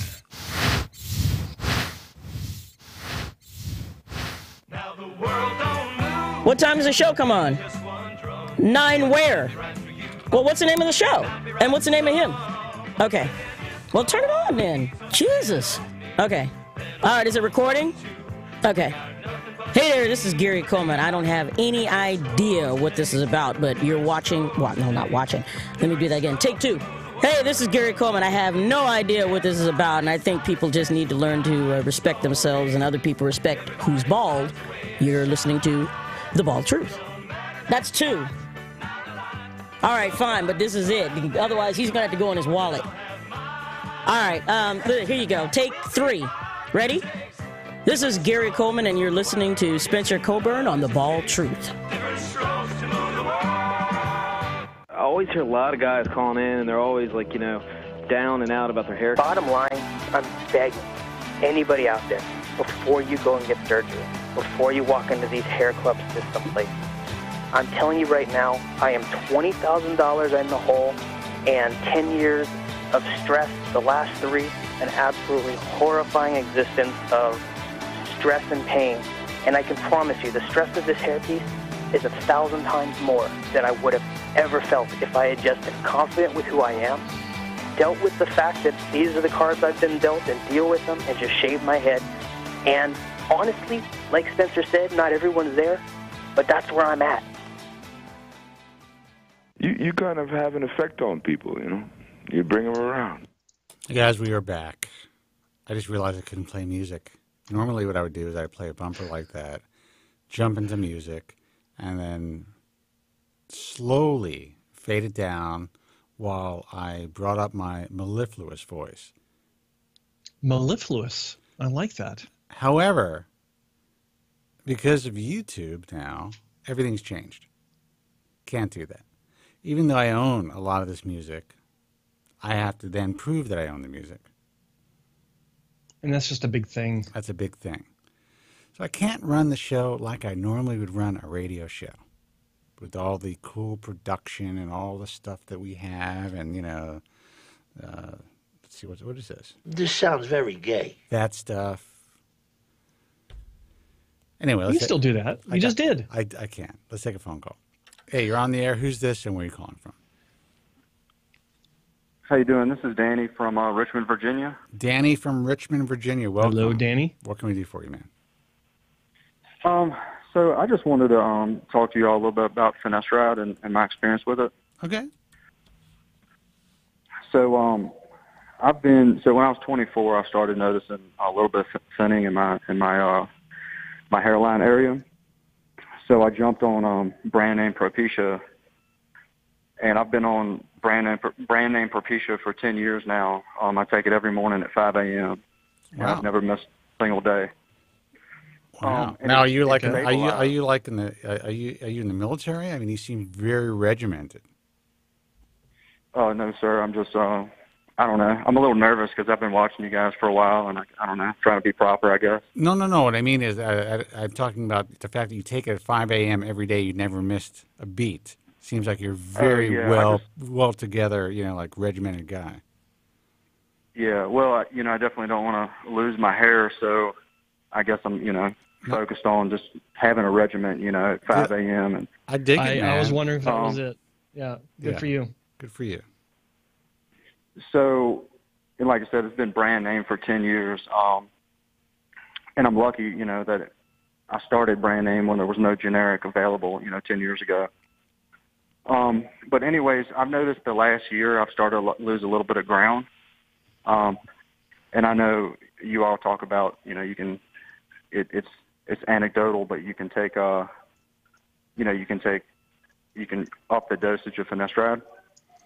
Yeah, I mean, we're both not physicians, but yeah, I definitely believe, at least anecdotally, that's dose dependent.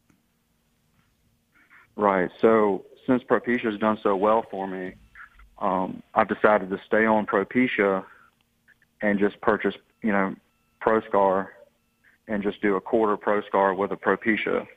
Okay. And how are you doing? So it's pretty much, I think I may have went through a shed. I'm not 100% sure. Mm-hmm. And I don't know what a shed really is. I know that, 50 hairs in the shower a day, with the screen, in the drain, you count hairs, it's like 50 a day. I mean, is that a shed? Well, it depends. That is not an incredible amount, especially if you're using a drain catcher, strainer to essentially catch your hair. I mean, that's pretty normal, but it really depends on your situation. If you're only seeing a few, then you may have gone through a slight, and that's very slight, telogen effluvium. I mean, a real shed, you're talking about, guys, I mean, you can see 600 hairs, man, 300 hairs. I mean, that's a fucking shed. Right. Yeah. So it's possible that things got, that you might have been losing more hair, shedding a little more hair than usual, but it doesn't mean that you went through a crazy, like the dread shed or a real telogen effluvium. And it could have just been a coincidence because, at various times during the year, you'll shed more hair naturally, just due to chance. So it could have been a coincidence. But 50 hairs in a shower isn't a lot of hair. No. In fact, it's on the low end of what people would normally find in that situation. Okay. And so I'm basically taking 2.25 milligrams now of finasteride, and I know people talk about that 9 or 10 year mark where you start to lose ground on finasteride, and I just want to know that if I up the dose like I have been, you think that's enough, or do I need to split a half a tablet? Again, we're both not physicians, but I mean, just logically speaking, you wanted to do things, essentially titrate your medication to a point where it's effective without adverse side effects. So you want to use as little medication as possible to get the best possible results without increasing the risk of side effects. So you've only been doing this for a short period of time. See how you do. Talk to your doctor about it, obviously. And you always have room to up that dosage. Yep. Right. You don't want to rush into it. I mean, that extra 2 to 2.5 milligrams, that could be a huge boost for you. You may say, okay, it may give you another 10 years. Right. And also I've never taken Rogaine before, and I'm 34 now, and I'm starting to think, well, maybe I can add something to my, quote unquote stack, if you will. Yeah. So I haven't heard, is it Lonitin? Yeah. Is that what so why, everybody talks about, getting up in the morning and Rogaine and being messy. How come we're not just taking that Lonitin? How come we're not taking the pill form of minoxidil? I mean, what should I do with that? Well, there's a couple reasons. I mean, number one, when it was, Lonitin's been around for many, many years, far longer than Rogaine as a topical. It's a high blood pressure medication, and I think that the reason why it hasn't been on the market as a hair loss pill is simply because the side effects are potentially pretty serious. I mean, you're talking about cardiac issues. You're dealing with blood pressure. That's not something to mess around with. And there are I know a few doctors that have begun prescribing it in low doses fairly recently in the past few years, and they're having good results with it. But it's a fairly little known medication that is actually everywhere. As in pill form, it's not that common to be found or to be discussed with doctors that are normally dealing with hair loss. A lot of doctors might not even realize the history of Rogaine and where it comes from. I don't know, but I looked at Lonitin very seriously. My father used to take it for many, many years, and his doctor at one point switched him. And I was talking to my mother about this years ago, and she said, well, he was taking Lonitin, and it kind of clicked. It's like, well, that's when he lost a lot of hair, when he switched off to something else. But I think that, when I was looking into it, for hair loss? No. He's taking it for blood pressure for many years. And, Okay. I seriously considered it for myself. Every once in a while, I'll get into a position where I'm like, what can I do to kind of kick things up a little bit?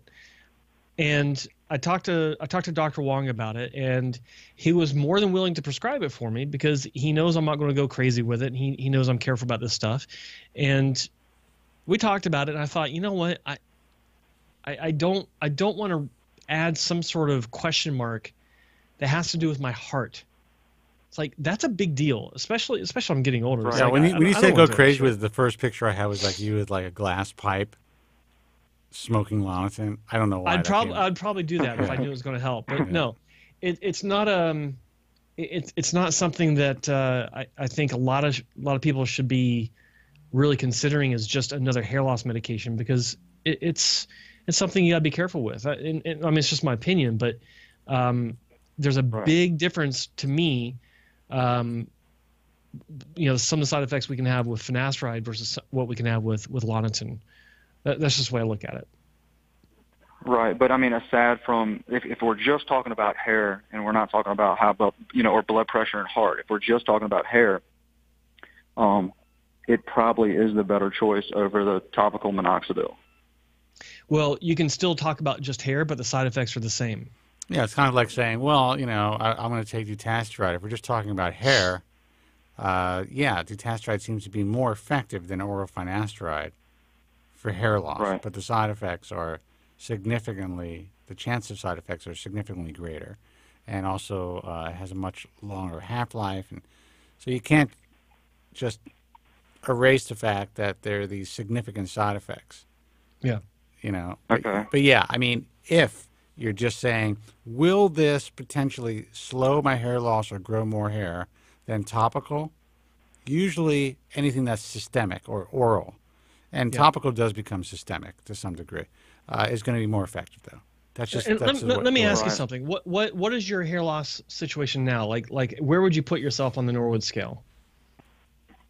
I would say that I'm a Norwood 2, but I have noticed a little more thinning, not a diffuse thinning, but I can sort of see more through my hairline when I put my hair up than I could 5 years ago. Okay. I notice it. No one else really does, but you know how us hair loss guys are. I get it. I get it. Now, would you say that your hair loss has progressed any since you started 10 years ago, or is it pretty much, besides what you just said, but like has it receded anymore? Has more forehead become exposed? I feel like it has probably a half an inch. Okay. I would say, but that's over 10 years. I'm grateful for those 10 years. You should be.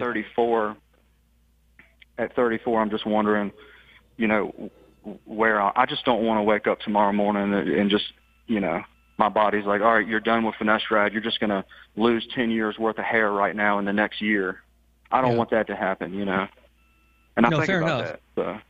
Well, okay, so this gets back to the question I was asking a previous caller. What's your family history like? Do you have hair loss or even extensive hair loss in your family? I'm a quarter Japanese. Yeah, so I'm a quarter Japanese. My dad is half Japanese, and my dad's got the lowest, greatest hairline that I've ever seen in my life. His hair, his forehead's literally, it looks like it's 2 inches. Okay. And he's 60 years old. So I have no hair loss. My grandfather just passed. He was 87, had a head full of hair. My mom's side, everyone's got hair but one uncle. He's probably a Norwood 5, and he's like 65 years old. But he's the only uncle out of the 4 that has hair loss. No one else does. So I think, in my opinion, I have a strong family history of good hair.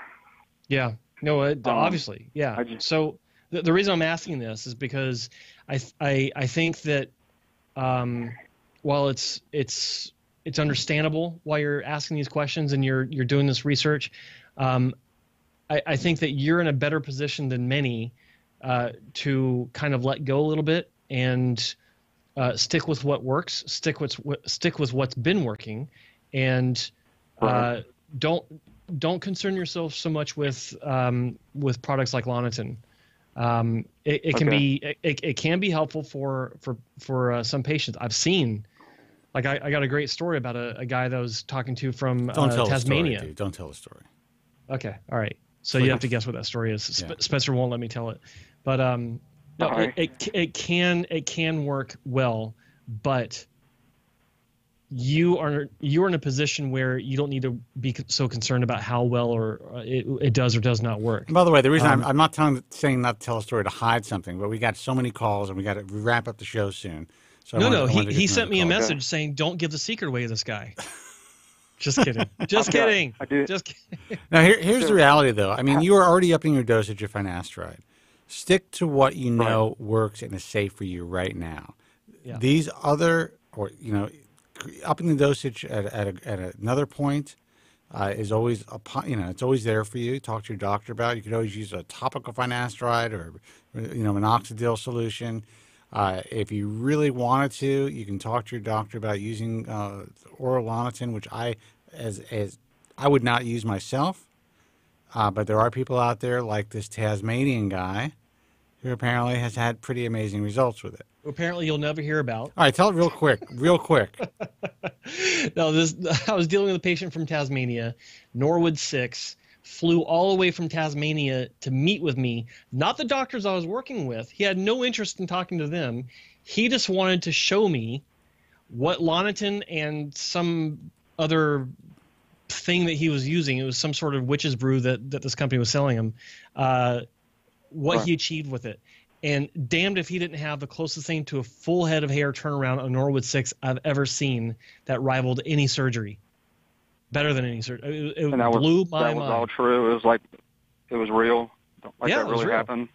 Yes. Wow. It was so real. A guy hopped on a plane and flew from Tasmania. Do you know where Tasmania is, by the way? It's Romania, right? Is it? Caller? I feel like it's somewhere in Mexico, but maybe I'm not sure. Tasmania is south of Australia, on the other side of the planet and in a different hemisphere. Why did I say Romania? I have no idea. You know, I was saying it is about as far away from Canada as you can get. I know. I was just thinking about. I got a over the pants handy from this Romanian chick in a hotel bar when I was 22 years old, and for some reason I was just thinking about that. You heard it here first, folks. An over the pants handy. Yeah. So right. Well, that's definitely some good advice. Yeah. So to wrap that up, I think that moving forward, do not, for the love of God, fuck around with anything other than name brand. Don't go to the generics because you're going to save a few bucks. You're on ProScar. You're already saving some money by quartering that. Stick with the name brand, and don't start getting crazy with, well, hell, I'm taking a quarter now. I'll go ahead and take it up to half. Well, fuck it. Let's take the full pill. No. Right. Just consistency. That's your best friend. Just take your time, man. Take your time. It's always going to be there to increase your dosage, and you just talk to your doctor about it. Make sure you're working with your physician.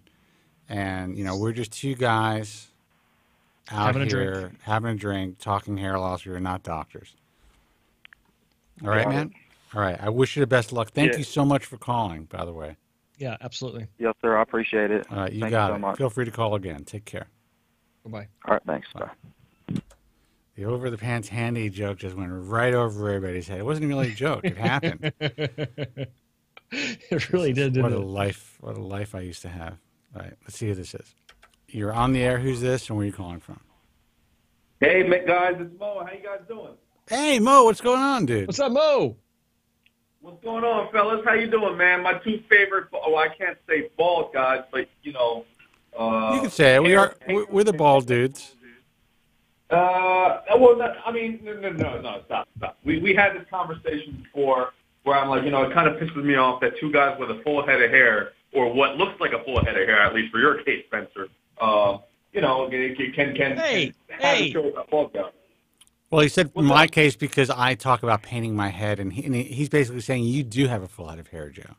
Oh, okay. Well, listen, Spence, you do too until further notice.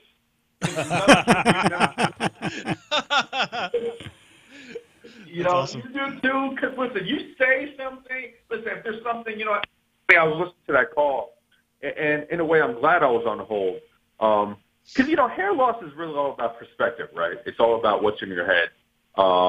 because what may be a big bald spot to you may not be a big bald spot to somebody else. It may be a full head of hair. Obviously, if you're thin, you're thin. There is some kind of borderline between it. But how funny is it that when you tell someone that, you may have a risk of cardiac arrest, they don't give a shit. But when you tell them their dick is going to get limp from taking a pill, they're not going to take. They're going to run away from that. Yes, that is human nature, and that is male idiocy. That is the insanity of what hair loss does to you. You got young guys who are willing to take anabolic steroids on a regular basis with all kinds of side effects just so they can look like, be really built and look monstrous.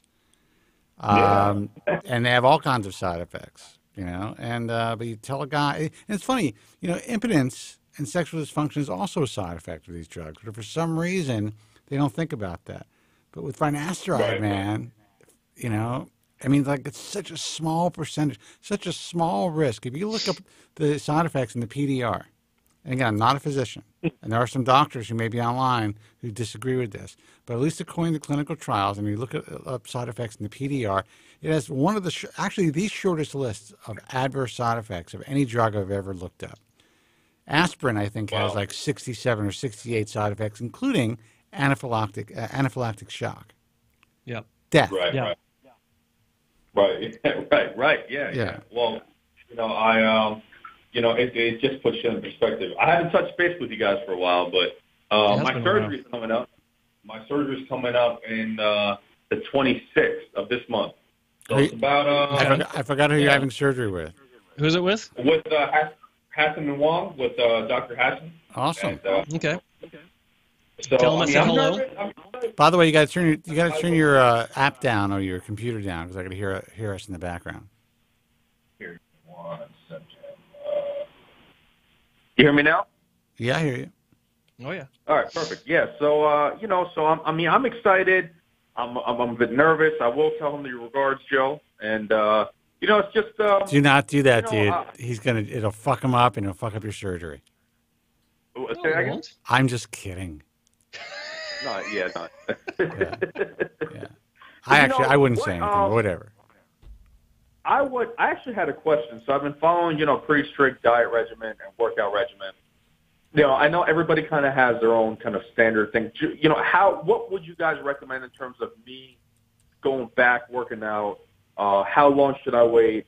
As per you guys, how long should I wait? And also, I take a lot of stuff like, protein shakes and, energy drinks, not like Red Bull and stuff, healthier kind of stuff. And then, I am getting, every day from the clinic, I'm getting emails, slowly stop taking this, stop taking that. What's your advice, if I may, on things like that? Were you having a strip or an FUE? Strip. Dude, okay. You're still listening to us on your computer? No, I'm not. That's really weird. I'm getting some weird feedback. It must be Joe. It's not me. Yeah. Always blaming me. Hey, well. No, look. My feeling about like returning to normal activity after strip surgery.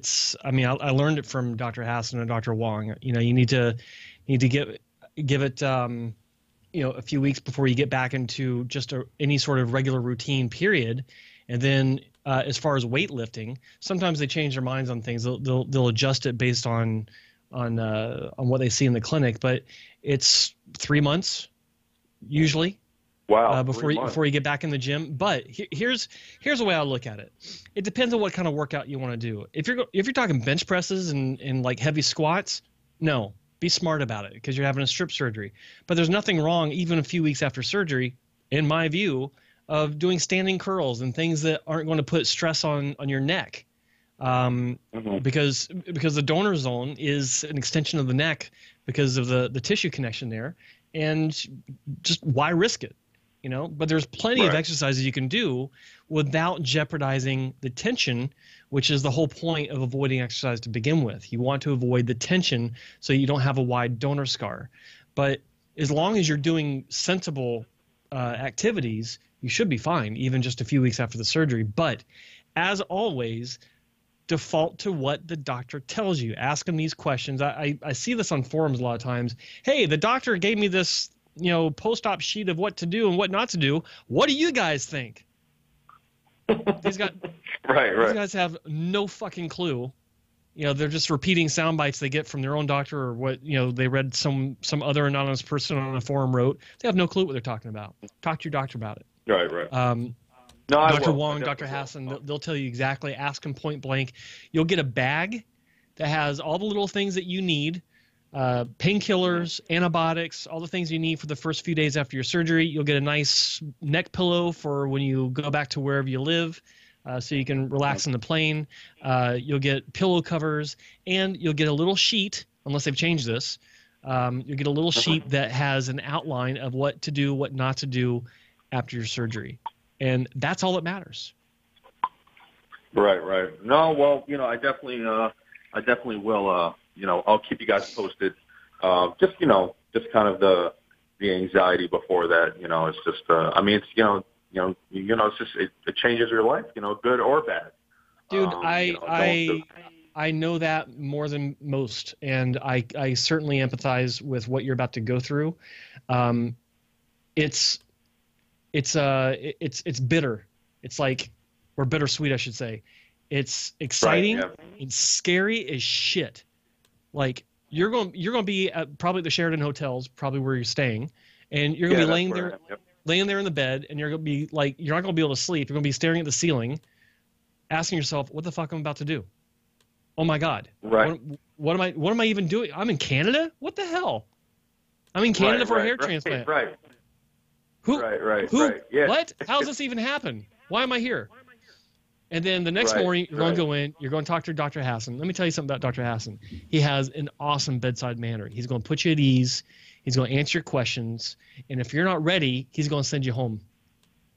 Period. Really? Yes.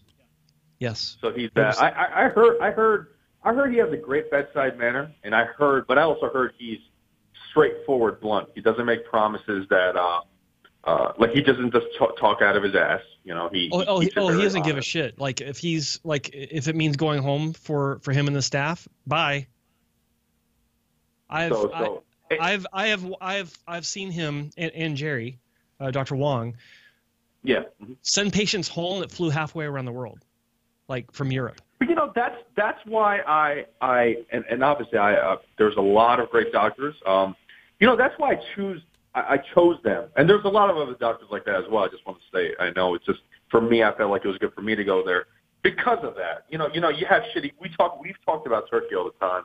We've talked about India, Pakistan. We talked about even the UK, which people wouldn't really expect because it's a developed country, where there's no way in hell they would do that. And, they would just take them in, knowing even with the risk. I mean, I saw your video about where, you basically almost had surgery in Turkey because the guy was going to, just bring you in. That's why I even the other clinics I didn't choose, but the ones I considered because of that reason. And in a way that kind of gives me a little bit more,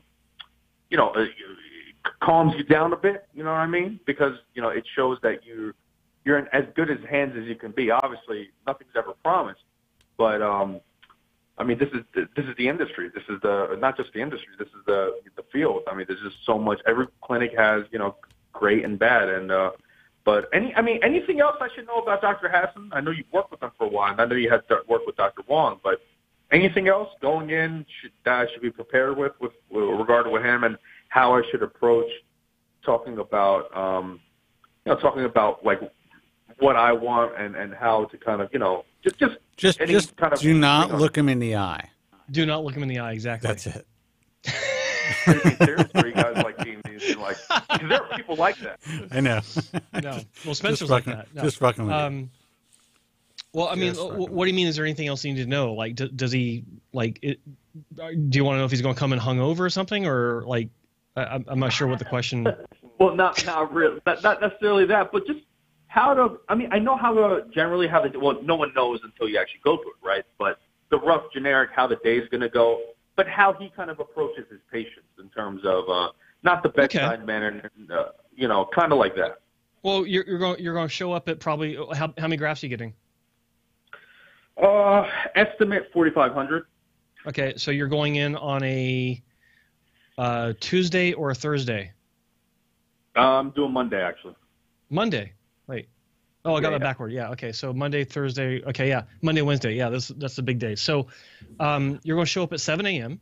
and someone's going to be there it'll probably be Christina. She'll be there at 7. She's going to have you fill out the form. You're going to fill it out, and you're going to be like, wow, this is a nice office. Oh, wow, look at that view, because it's got like the best view in the entire industry of downtown Vancouver. And and then they're going to take you in the back. They're going to have you change into a different shirt. You're going to have your hair washed, and then Dr. Hassan's going to come in, and after you've your blood pressure will be taken, and he's going to introduce himself, and you guys are going to talk, and he's going to draw hairlines or whatever you guys are going to talk about, and he's just going to walk you through it. And he's going to show you what he has in mind. It's up to you to say yes or no. If you say no, he'll work with you. But if you say, you start talking about things that aren't possible, then he's going to start getting concerned and say, is this right for you? Are you sure you need to be here? Because right.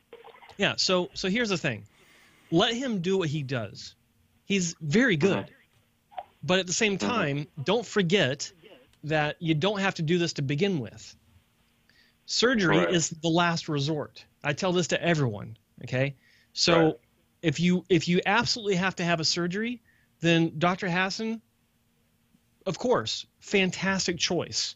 And if you want to go there and get the best result possible, tell him what you want.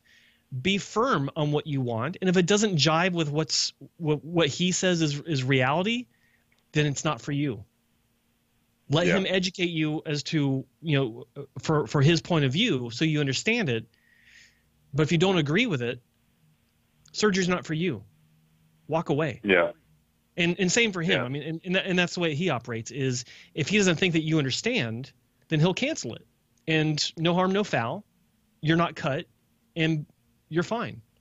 So keep that in mind. I mean, this is a last resort scenario. It's like you sound like you're a fairly well put together guy. You're definitely articulate, and you're quick and you're witty. Do you actually have to have a hair transplant? The answer is no, but you want it. Right. So go in with the idea that if it's canceled for whatever reason, if you decide you don't want to go through with it, or if he decides that it's not a great idea for you to go through with it, you're no worse for wear. You've gotten a trip to Vancouver. It's a wonderful city. It's beautiful, but you're not cut, and you'll be fine. So that's all I got to say on that. Well, listen, I know you guys probably got other callers, but I'm gonna let you guys go. Thank you so much. I'll keep you guys posted. Yeah, please do. No, listen, I wish you the best of luck. Don't let Joe scare you. Everything's going to be fine. No, he's not. It's like, you know what's funny? Last point is that it's you have to know everything in terms of the worst case scenario. And listen, I've had people go to this clinic with great results I've met. Totally easy, right? And then some not, but you have to kind of, there's another side to it. Sometimes it's not easy for everybody, real quick question about this procedure. Like you guys know, typically I can have a dry scalp, especially during the winter. I don't shampoo as much as I don't shampoo as much in the winter as I do in the spring and summer, just so I don't get too flaky. Before the surgery, since they're already going to shampoo you, should I come, with my hair shampooed before anyway? Just because I'd rather not. But no, because they're creating a clean work environment. And when I say clean, I don't mean, you're a dirty bastard. I mean, it's a clean surgical work environment. It's not a sterile condition, or I should say, hair transplant operating rooms or operating theaters, as they say in some countries, are not sterile like a hospital OR. Okay, they're referred to as clean. Like clean is an actual designation for an OR, meaning it's not completely sterile. They're not preventing contaminated air from coming in from the hallways. It's a clean room, in a sense where they're just cleaning the area, removing as many foreign bodies from your scalp, meaning bacteria, because it is an antiseptic shampoo they're going to use, just to create a safer environment for your procedure and your subsequent recovery. I hope that makes sense. All right. Well, yeah, no, it does. Well, listen, guys, thank you so much. I'm going to call you guys next week, and we'll stay in touch. Mo, listen, safe trip. Do well. Everything's going to be fine, and I wish you the best of luck. Good luck, buddy. Thank you, guys. You All guys right. are the best. Talk to you guys soon. Take care. Bye-bye. Guy's a goner. He's done. Yeah. Mo, we're just kidding.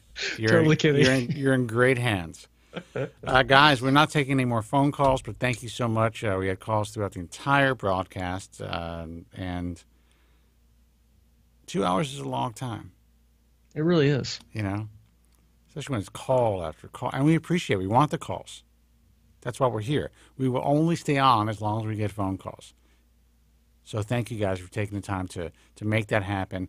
So many guys who call in with their questions. There are thousands of guys who have the exact same questions who will be downloading this broadcast in a podcast form, who are currently listening on iHeartRadio or iTunes Radio. It's important, man. That's why we do the live show. Otherwise, we would just do a podcast. A lot easier.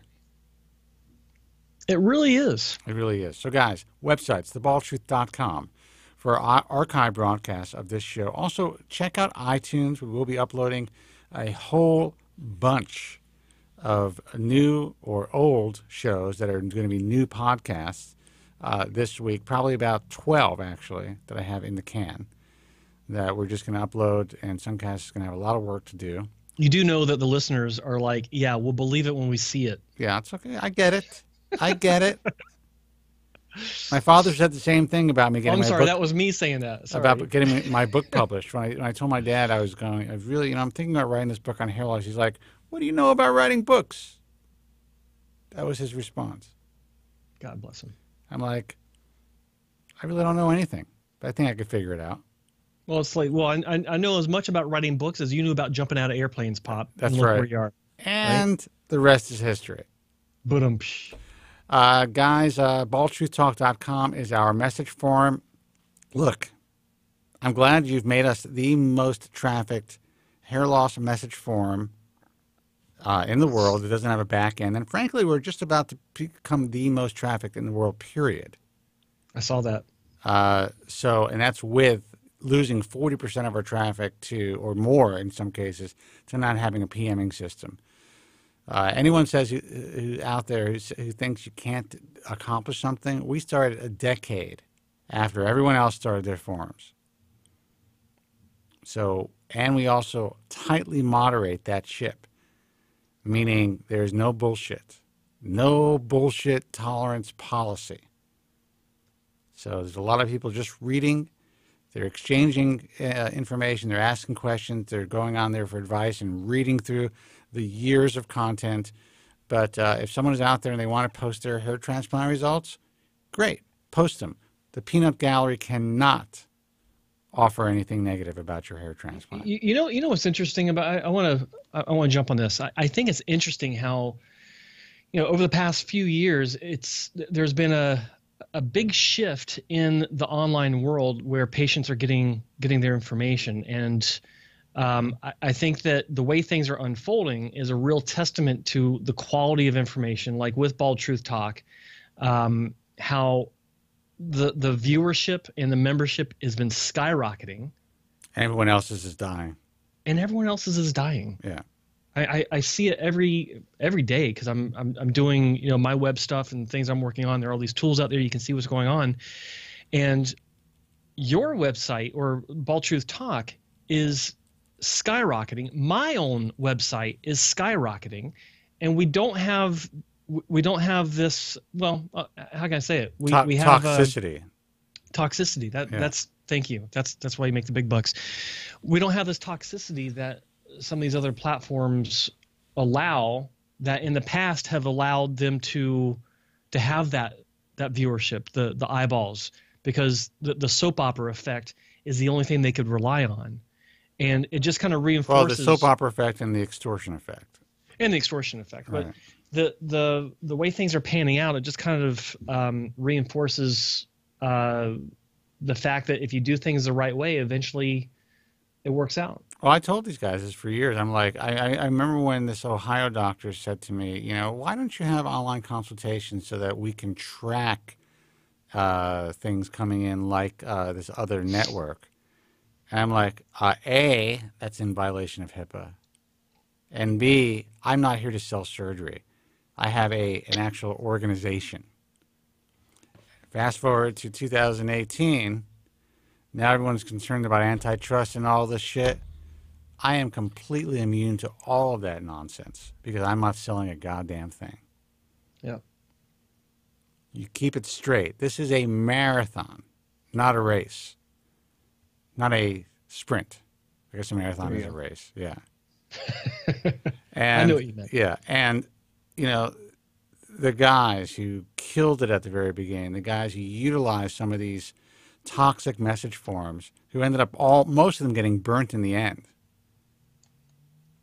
are now standing there with their fucking dicks in their hands saying, what do we do now? What do we do now? Yeah.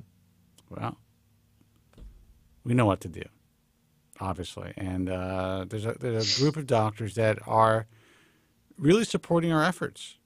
It's a relatively small group, but it's growing. It's definitely growing. They're starting to get it. And we're going to change this field. We're going to get it back to where it's supposed to be. And for those who aren't willing to help bake the pie, fuck it. Fuck you. You know, you're just not going to be able to have a piece of it. What? That's how I feel about it. The guys who are unwilling to help bake the pie can go fuck themselves. You're hilarious. Because if they can't see that we are out here busting our balls, not only to help their field and help them, but to help these consumers who are going to have, they're not going to have a fighting chance without us, then they can go fuck themselves. I was listening to some of the things that James from Texas was saying, and who do we have before him? I forgot some of the names, but I was thinking of, I was actually thinking of what they're saying versus the challenges that some of the doctors in the field are having understanding what it is that we do. Please explain. These guys just told you we're connecting with them. Yes. It's what we do. It's not what you do. It's what we do. And a lot of people know what I'm talking about. So I don't think Artie and Ricky are going to understand that, though. They can't get it. Artie and Ricky they do not. It's a fucking competition for them, man. And that's the whole thing. This is not a competition. If we collaborate, it will be a massacre as far as our ability to save patients and to save this field. Working together. It's a collaboration. That means you guys do what you do best, I do, and we do, and Joe does what we do best, and we slap that together for one singular cause. It's the simplest concept in the world. It's a synergistic relationship. You support us, we support you. You said that word again. Synergistic? Well, that's the truth. But anyway, Joe, give out your website, please. Before I do, I would like to thank everyone that has subscribed to this YouTube channel, because if you look right now on the homepage of this YouTube channel, it is at an even 10,000 subscribers. So thank you. That is amazing. So much. I am so happy to see this. It's been a lot of hard work. My God, it's been a lot of hard work, but it's awesome. And so thank you so much. And the next goal is 20,000. So spread the message, get people to click subscribe and the bell so you get notifications about future videos. And there's a lot more to come. So the websites, I'll talk about the forums. The forums that support what we do because they get it and they understand it and they want to help you understand the realities of hair restoration, surgery, and hair loss in general, starting off with hairlossexperiences.com. It is primarily a UK-based forum, but being the interwebs, we've all got access to it, and it shows because it, too, is a hair loss and hair transplant website that is growing. It's operated by a hair transplant repair patient. He's a good guy. He gets it. He supports what we do, and so go over to hairlossexperiences.com, register if you haven't, and say thank you for supporting this show and supporting hair loss sufferers. hairlossexperiences.com. Next up, we got bellycapelli.forumfree.it. It sounds funny because it's Italian. That's all you need to know. Dude, the secretaries are about to get out of work. Come on, it's happy hour. Let's make this happen. No. They deserve their props for supporting what we do. No, bellycapelli.forumfree.it. It's also run by a great guy. He says he's just a guy, but he's a great guy. He's also a repair patient. He gets it. He wants to support what we do, and he does by allowing us to broadcast on his web property. That's bellycapelli.forumfree.it. And the latest supporter online of what we do is Hair Loss Forum. Wait, God, I keep forgetting it's one of those confusing ones. Hold on a second. Hair loss. Yeah, international-hairlossforum.com. That is international-hairlossforum.com, primarily a French language forum, but he also understands it and he allows us to broadcast through his forum. And the great thing about modern browsers, if you go to any of these forums that are in foreign language, it's automatically translated into the language of your choosing. So hair loss or international-hairlossforum.com. Thank you so much. Guys, I never thank you guys. And I really appreciate the fact that you're willing to let go, open up, share your space so that consumers can be helped. That is the key. For all of you doctors out there that are spending money on SEO and ramping up your websites and getting somehow getting into the top 10 in your market of Google, which is a lot easier now, especially since it really is geo-based, geography-based, as opposed to the way things used to be. Share your space. That's what we're going to do. That is how we're going to change this field. Everyone has to share their space to get this message out to the public. A lot of selfish motherfuckers out there. That's why we are in the position that we're in. Well said. And I guess that's it. The American Hair Loss Association, AmericanHairLoss.org, the International Alliance of Hair Restoration Surgeons, IAHRS.org. Until next time, that was crack my voice, be strong, God bless, and thank you so much for listening. The bottom line is we're all prisoners of our hair loss. I always hear a lot of guys calling in, and they're always like, down and out about their haircuts. Sure. I lost my hair when I was 16 to 17 years old. That's heavy. Oh, man, I'm sorry to hear that. No, it's all good, man. And the funny thing is that I've learned to overcome it. And I've had a much, I'm much more empowered to be myself